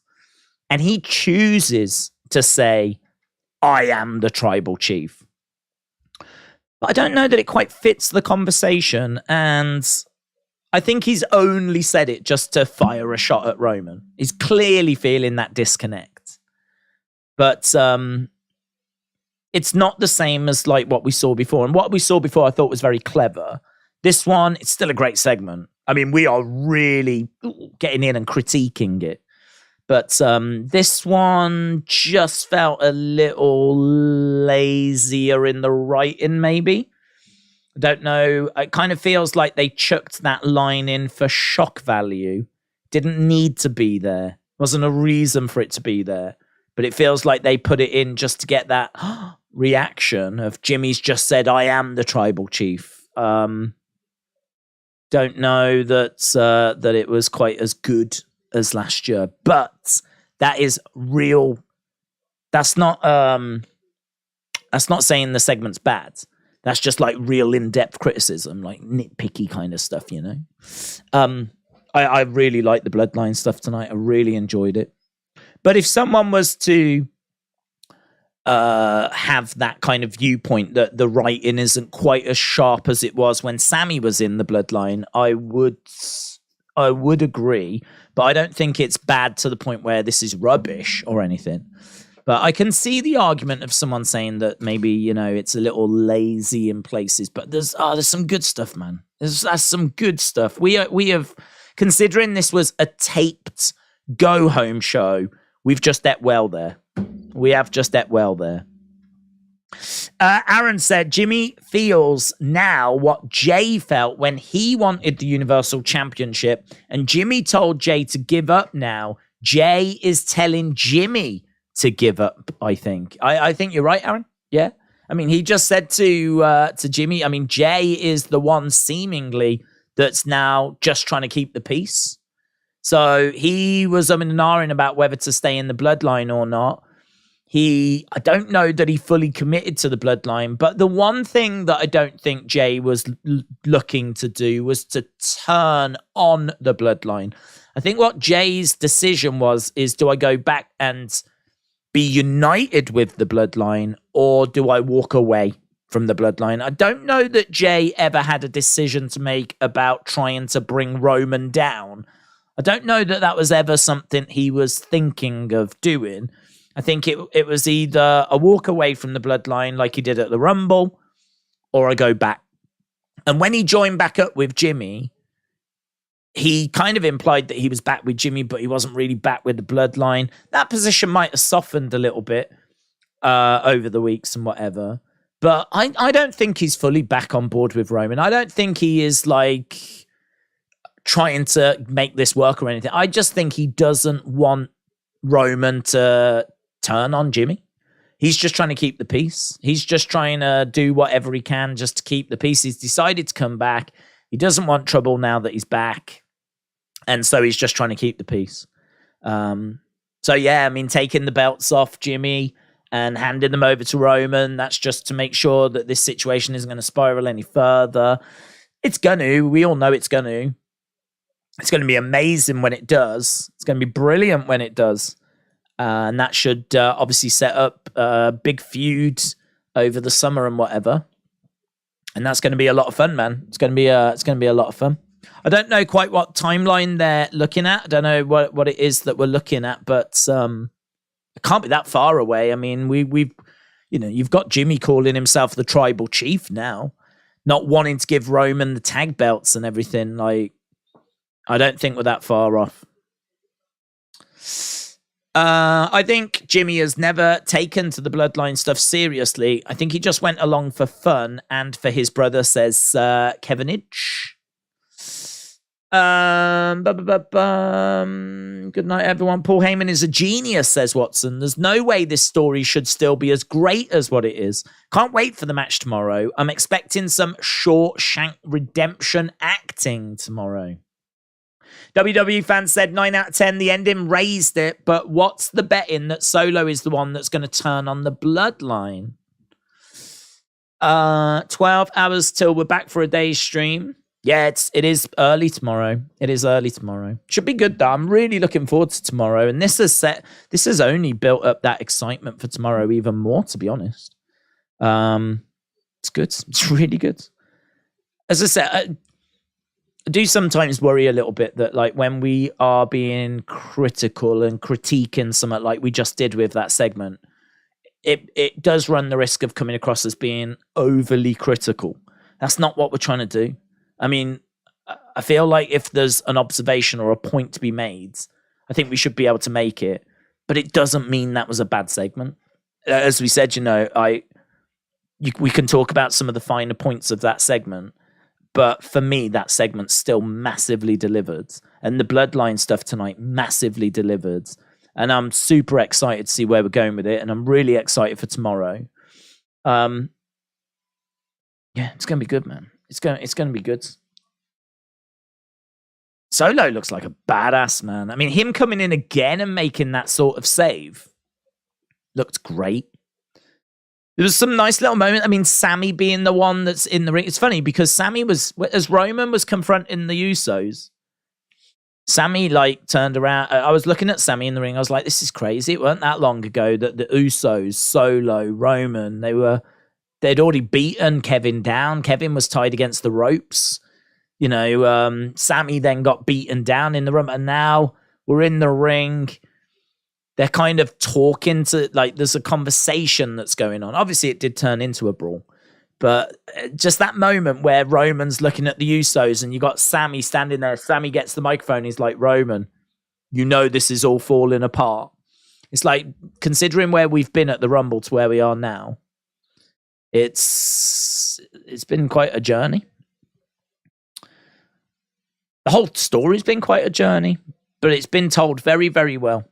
Very, very well. As I said, you know, I think this whole Bloodline story, I don't know that you can find a better story in the history of WWE. Certainly because this one just keeps developing as well. Just keeps evolving. If you think about where we've been with, you know, Jimmy was injured, and so it started off with just Jay being the right-hand man, main event Jey Uso. He didn't want to fall in line. He falls in line. Jimmy then comes in. Then we end up adding Sammy into the mix. We get all of that stuff. Then we bring in Solo. Then we build to the Rumble. Then it falls apart. Then we get Montreal. Then obviously now we've started to put in that the Usos lost the titles at WrestleMania and they're sort of failing. And so Roman's disrespecting them and Jimmy's picked up on that. I think Jay's picked up on it, but Jimmy's taking it harder. Jimmy's being a bit more defiant, actually, than Jay. And as I said earlier, that's interesting because you would imagine it would be Jay. Because Jay was the one that was wobbling anyway. So you'd imagine he would be the first to be like, nah, I wasn't sure whether to come back anyway. I'm out. So it's interesting that they've chosen to go with Jimmy being the one that's... and I think actually it changed for Jimmy. Do you remember when Roman turned around and said, if you don't bring your brother back into the folds, it's your fault. I'm blaming you. And I think that was a big moment for Jimmy because Jimmy seemed pretty solid up until that point. But as soon as Roman blamed him for Jay's actions or what Jay was doing, that felt like a big turning point for Jimmy. And since that happened, I think it's been a decline in that relationship. And it's led to now Jimmy standing in the ring calling himself the tribal chief. So, yeah, tomorrow's going to be interesting. We need to see if the Usos going to get involved. Obviously, then we've got a 1,000-day celebration. We need to see what happens there next week as well. But as I said, it really doesn't feel like we're that far away from this thing bubbling over. We all know the reason the Undisputed Tag match will be the main event because something epic is going to happen after the match, says WWE Fan. Aaron said, do you think Paul Heyman is right in the story? I think from what I understand, it's an everyone is right in the story sort of an effort. Like, I think the Usos come in with ideas. I think Heyman has ideas. I think Roman has ideas. I think Triple H will have ideas. I think Sammy had ideas. I think it all kind of goes into the pot and helps like steer the direction that they're going in. So I don't think it's a case that Heyman sits down and writes it and, you know, then they just kind of take it from there. I think my understanding is that a lot of people are bringing things. I think where they deserve credit is too many cooks can spoil the broth. When you've got Heyman, Usos, Roman, Triple H, the creative department, you did have Sammy, but then also you're going to have the opponents as well. Whoever they're feuding with at the time, they're going to obviously have a say on certain things.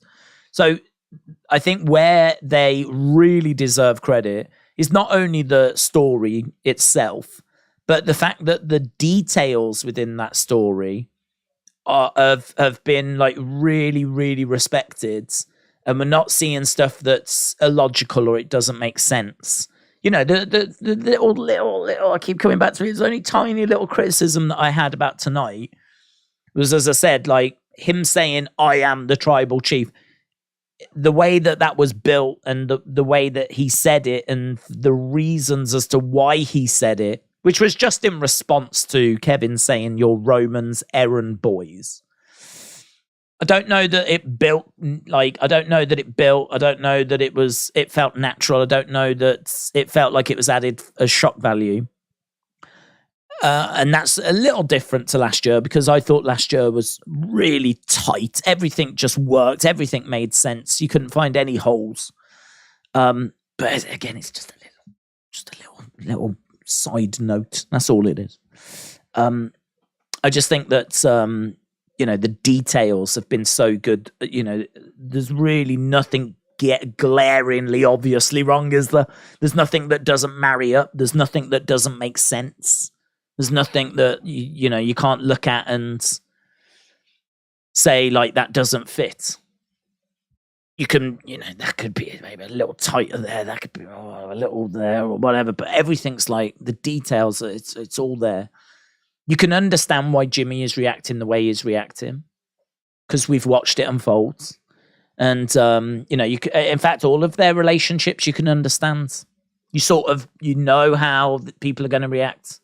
And if they do react different, then that's a talking point because then all of a sudden you kind of go down a new path.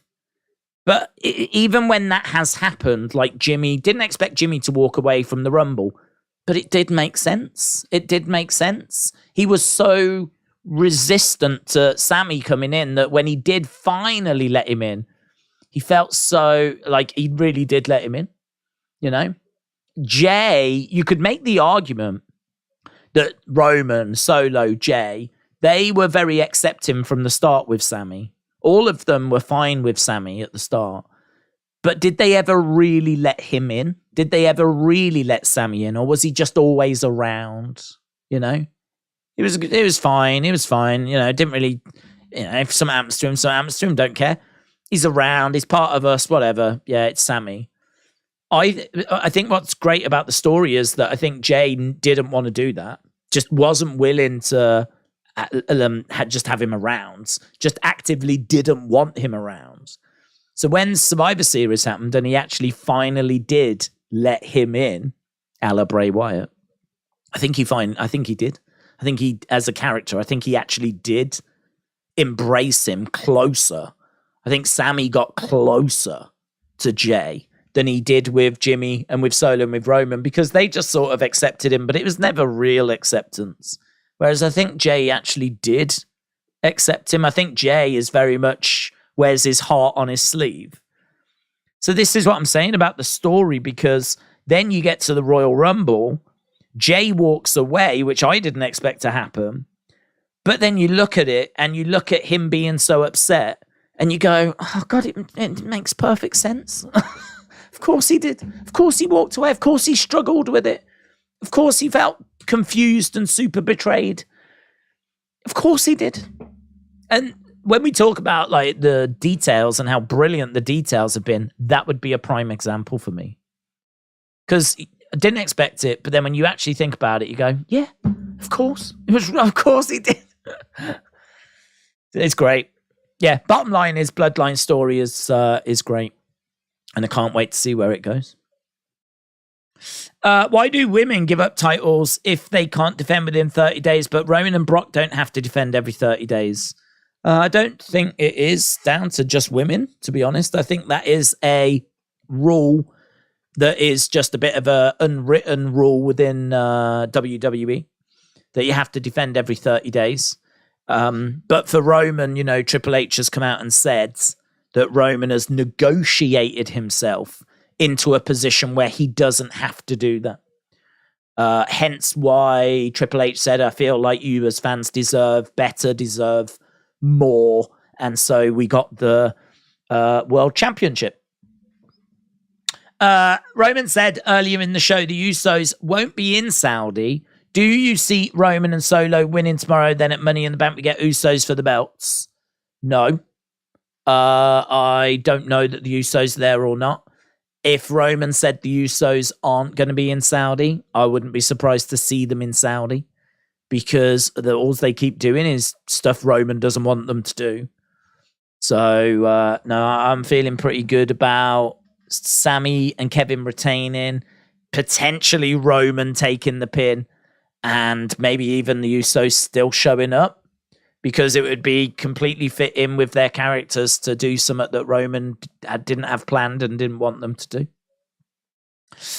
It would have been a better ending if Riddle and someone had shown up to help Kevin and Sami, says John. Trios open challenge, double or nothing. Why? Well, we answered that. Maggie said, Days, he's not Bloods. Who's not Bloods? Who's not Blood? Who's not Blood? Sami? WrestleTix and Meltzer tweeted, Punk is not driving ticket sales in Chicago. Tickets have moved slow, only hitting 4,000, and it's in 3 weeks in a 20,000 building, said Big Time Baxter. Well, the only thing I would say to that is that we've only sort of found out it was there on Wednesday night, so it's only been a very, very short period of time for people to go and get tickets. It's still also not been confirmed that CM Punk is there, but it's pretty much confirmed, isn't it? But I don't know. I mean, I've got to think Saturday as well is just a bit of a problem. I feel like we've been to Chicago and we've leaned on those Chicago fans quite a bit. You know, if this was the first time or the second time we were going to Chicago, I feel like it would, tickets would be flying. But I feel like we've been to Chicago quite a lot with AEW. So I'm not saying that we're exhausting that market, but it's clearly not going to be the same as when we first went there, or even second time went there, or even third time went there. And so people have seen CM Punk last year.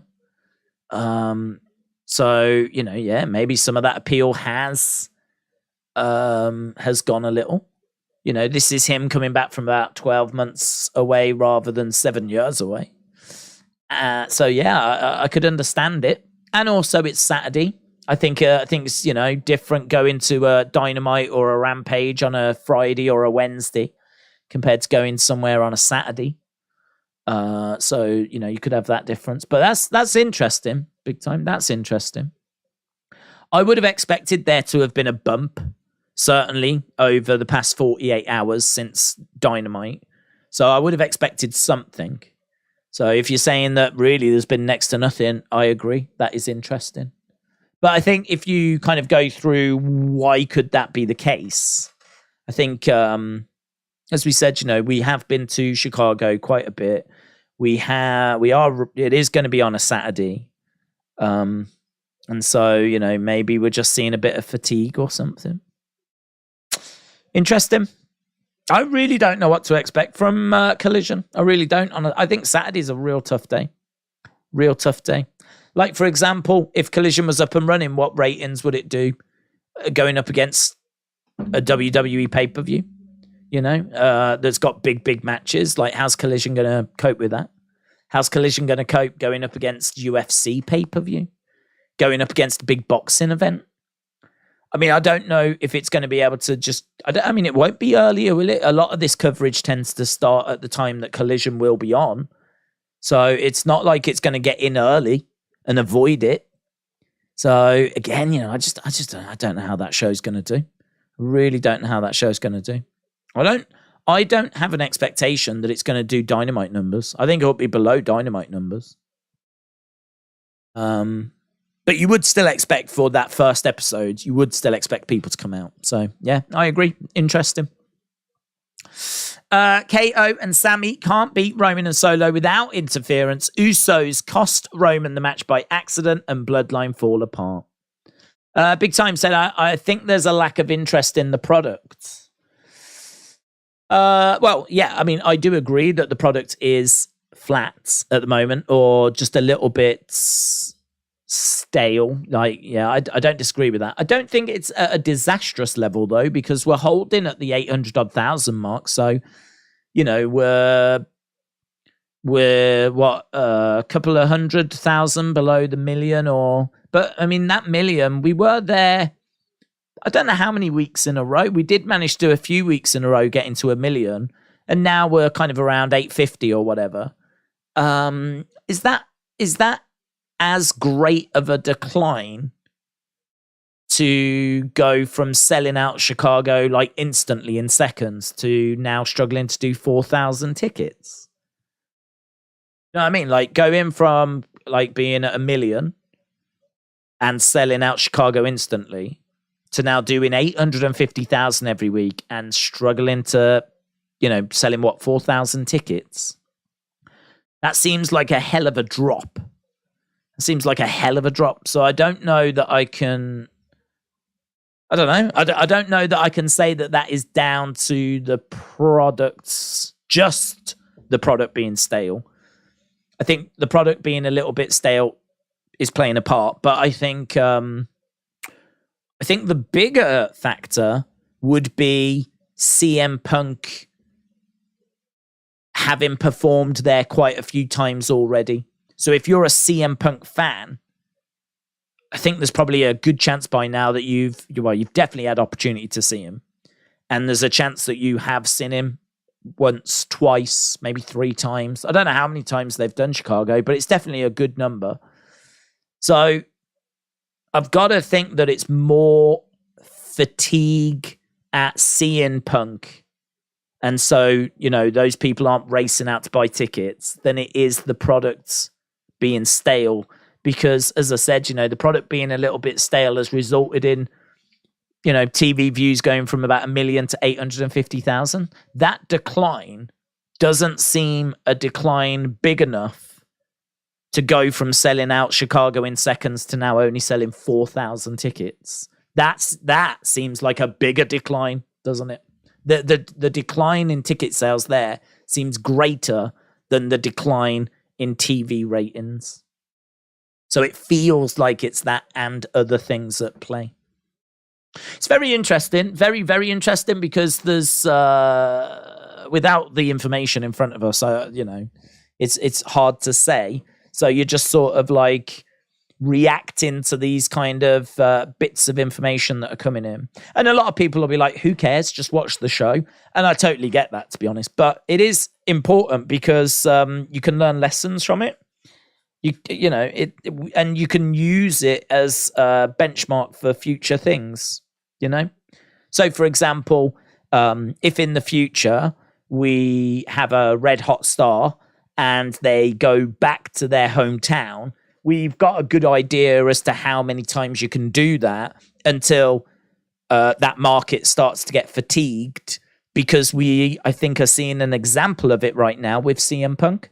So this is what I'm saying. Like, as much as you can look at this and say, who cares? Just watch the program. There are lessons and things that you can learn from this and take from this that then can be applied to other situations. And one of those, I think, here is, how many times can you go back to a market, a hometown market, like we are doing with CM Punk in Chicago, until that area gets fatigued, until that area stops responding the way that you need. And seemingly we're at that point now. So this can be a bit of an example for the future. We're kind of learning some stuff as a result. So that's why I find this interesting, for things along those lines. I think some people can look at this and think it's just a way of, say, maybe knocking AEW, like, they can't sell the tickets. It's not. It's more, what can you learn from what's happening with AEW, the same that we learn from what's happening in WWE. And then that means that we can have more educated conversations because we've got more references, which, you know, obviously just makes it a bit better, doesn't it, really? So, right. We are done. Anna, shout out to you. Appreciate the kind words. Right, yeah, I'm going to go. I could jump into the chat and chat away with you guys for a bit longer, but I need to go and do this little 1 minute recap thing. And there's quite a bit to recap, what with that great Roman Reigns segment. So appreciate the support, guys. Hope you enjoyed the show tonight. I thought there was definitely some good moments. And as we said, even these tape shows, you can't skip them. You can't ignore them, because there's too much juicy stuff involved that can be added, like backstage, and I felt like we got that. Although that bit at the end obviously was in ring, so lovely. And so we move on to tomorrow. Not long, and I'm back, and we'll be doing Night of Champions. So make sure that you join us for that, even if you're just jumping in the early stages, to share your thoughts, share your predictions, and should be good. Whatever there is to talk about and go through, we'll be talking about it and going through it. So, yes, get a good night's sleep, and I will see you tomorrow. Thanks for watching. Appreciate the support. Shout out to you, Justin. Shout out to you, Let Him In. Shout out to you, John. Shout out to everyone that said nice things and anyone that said bad things. But I didn't see any bad things. But shout out to you anyway. And I'll see you again next time. Bye for now.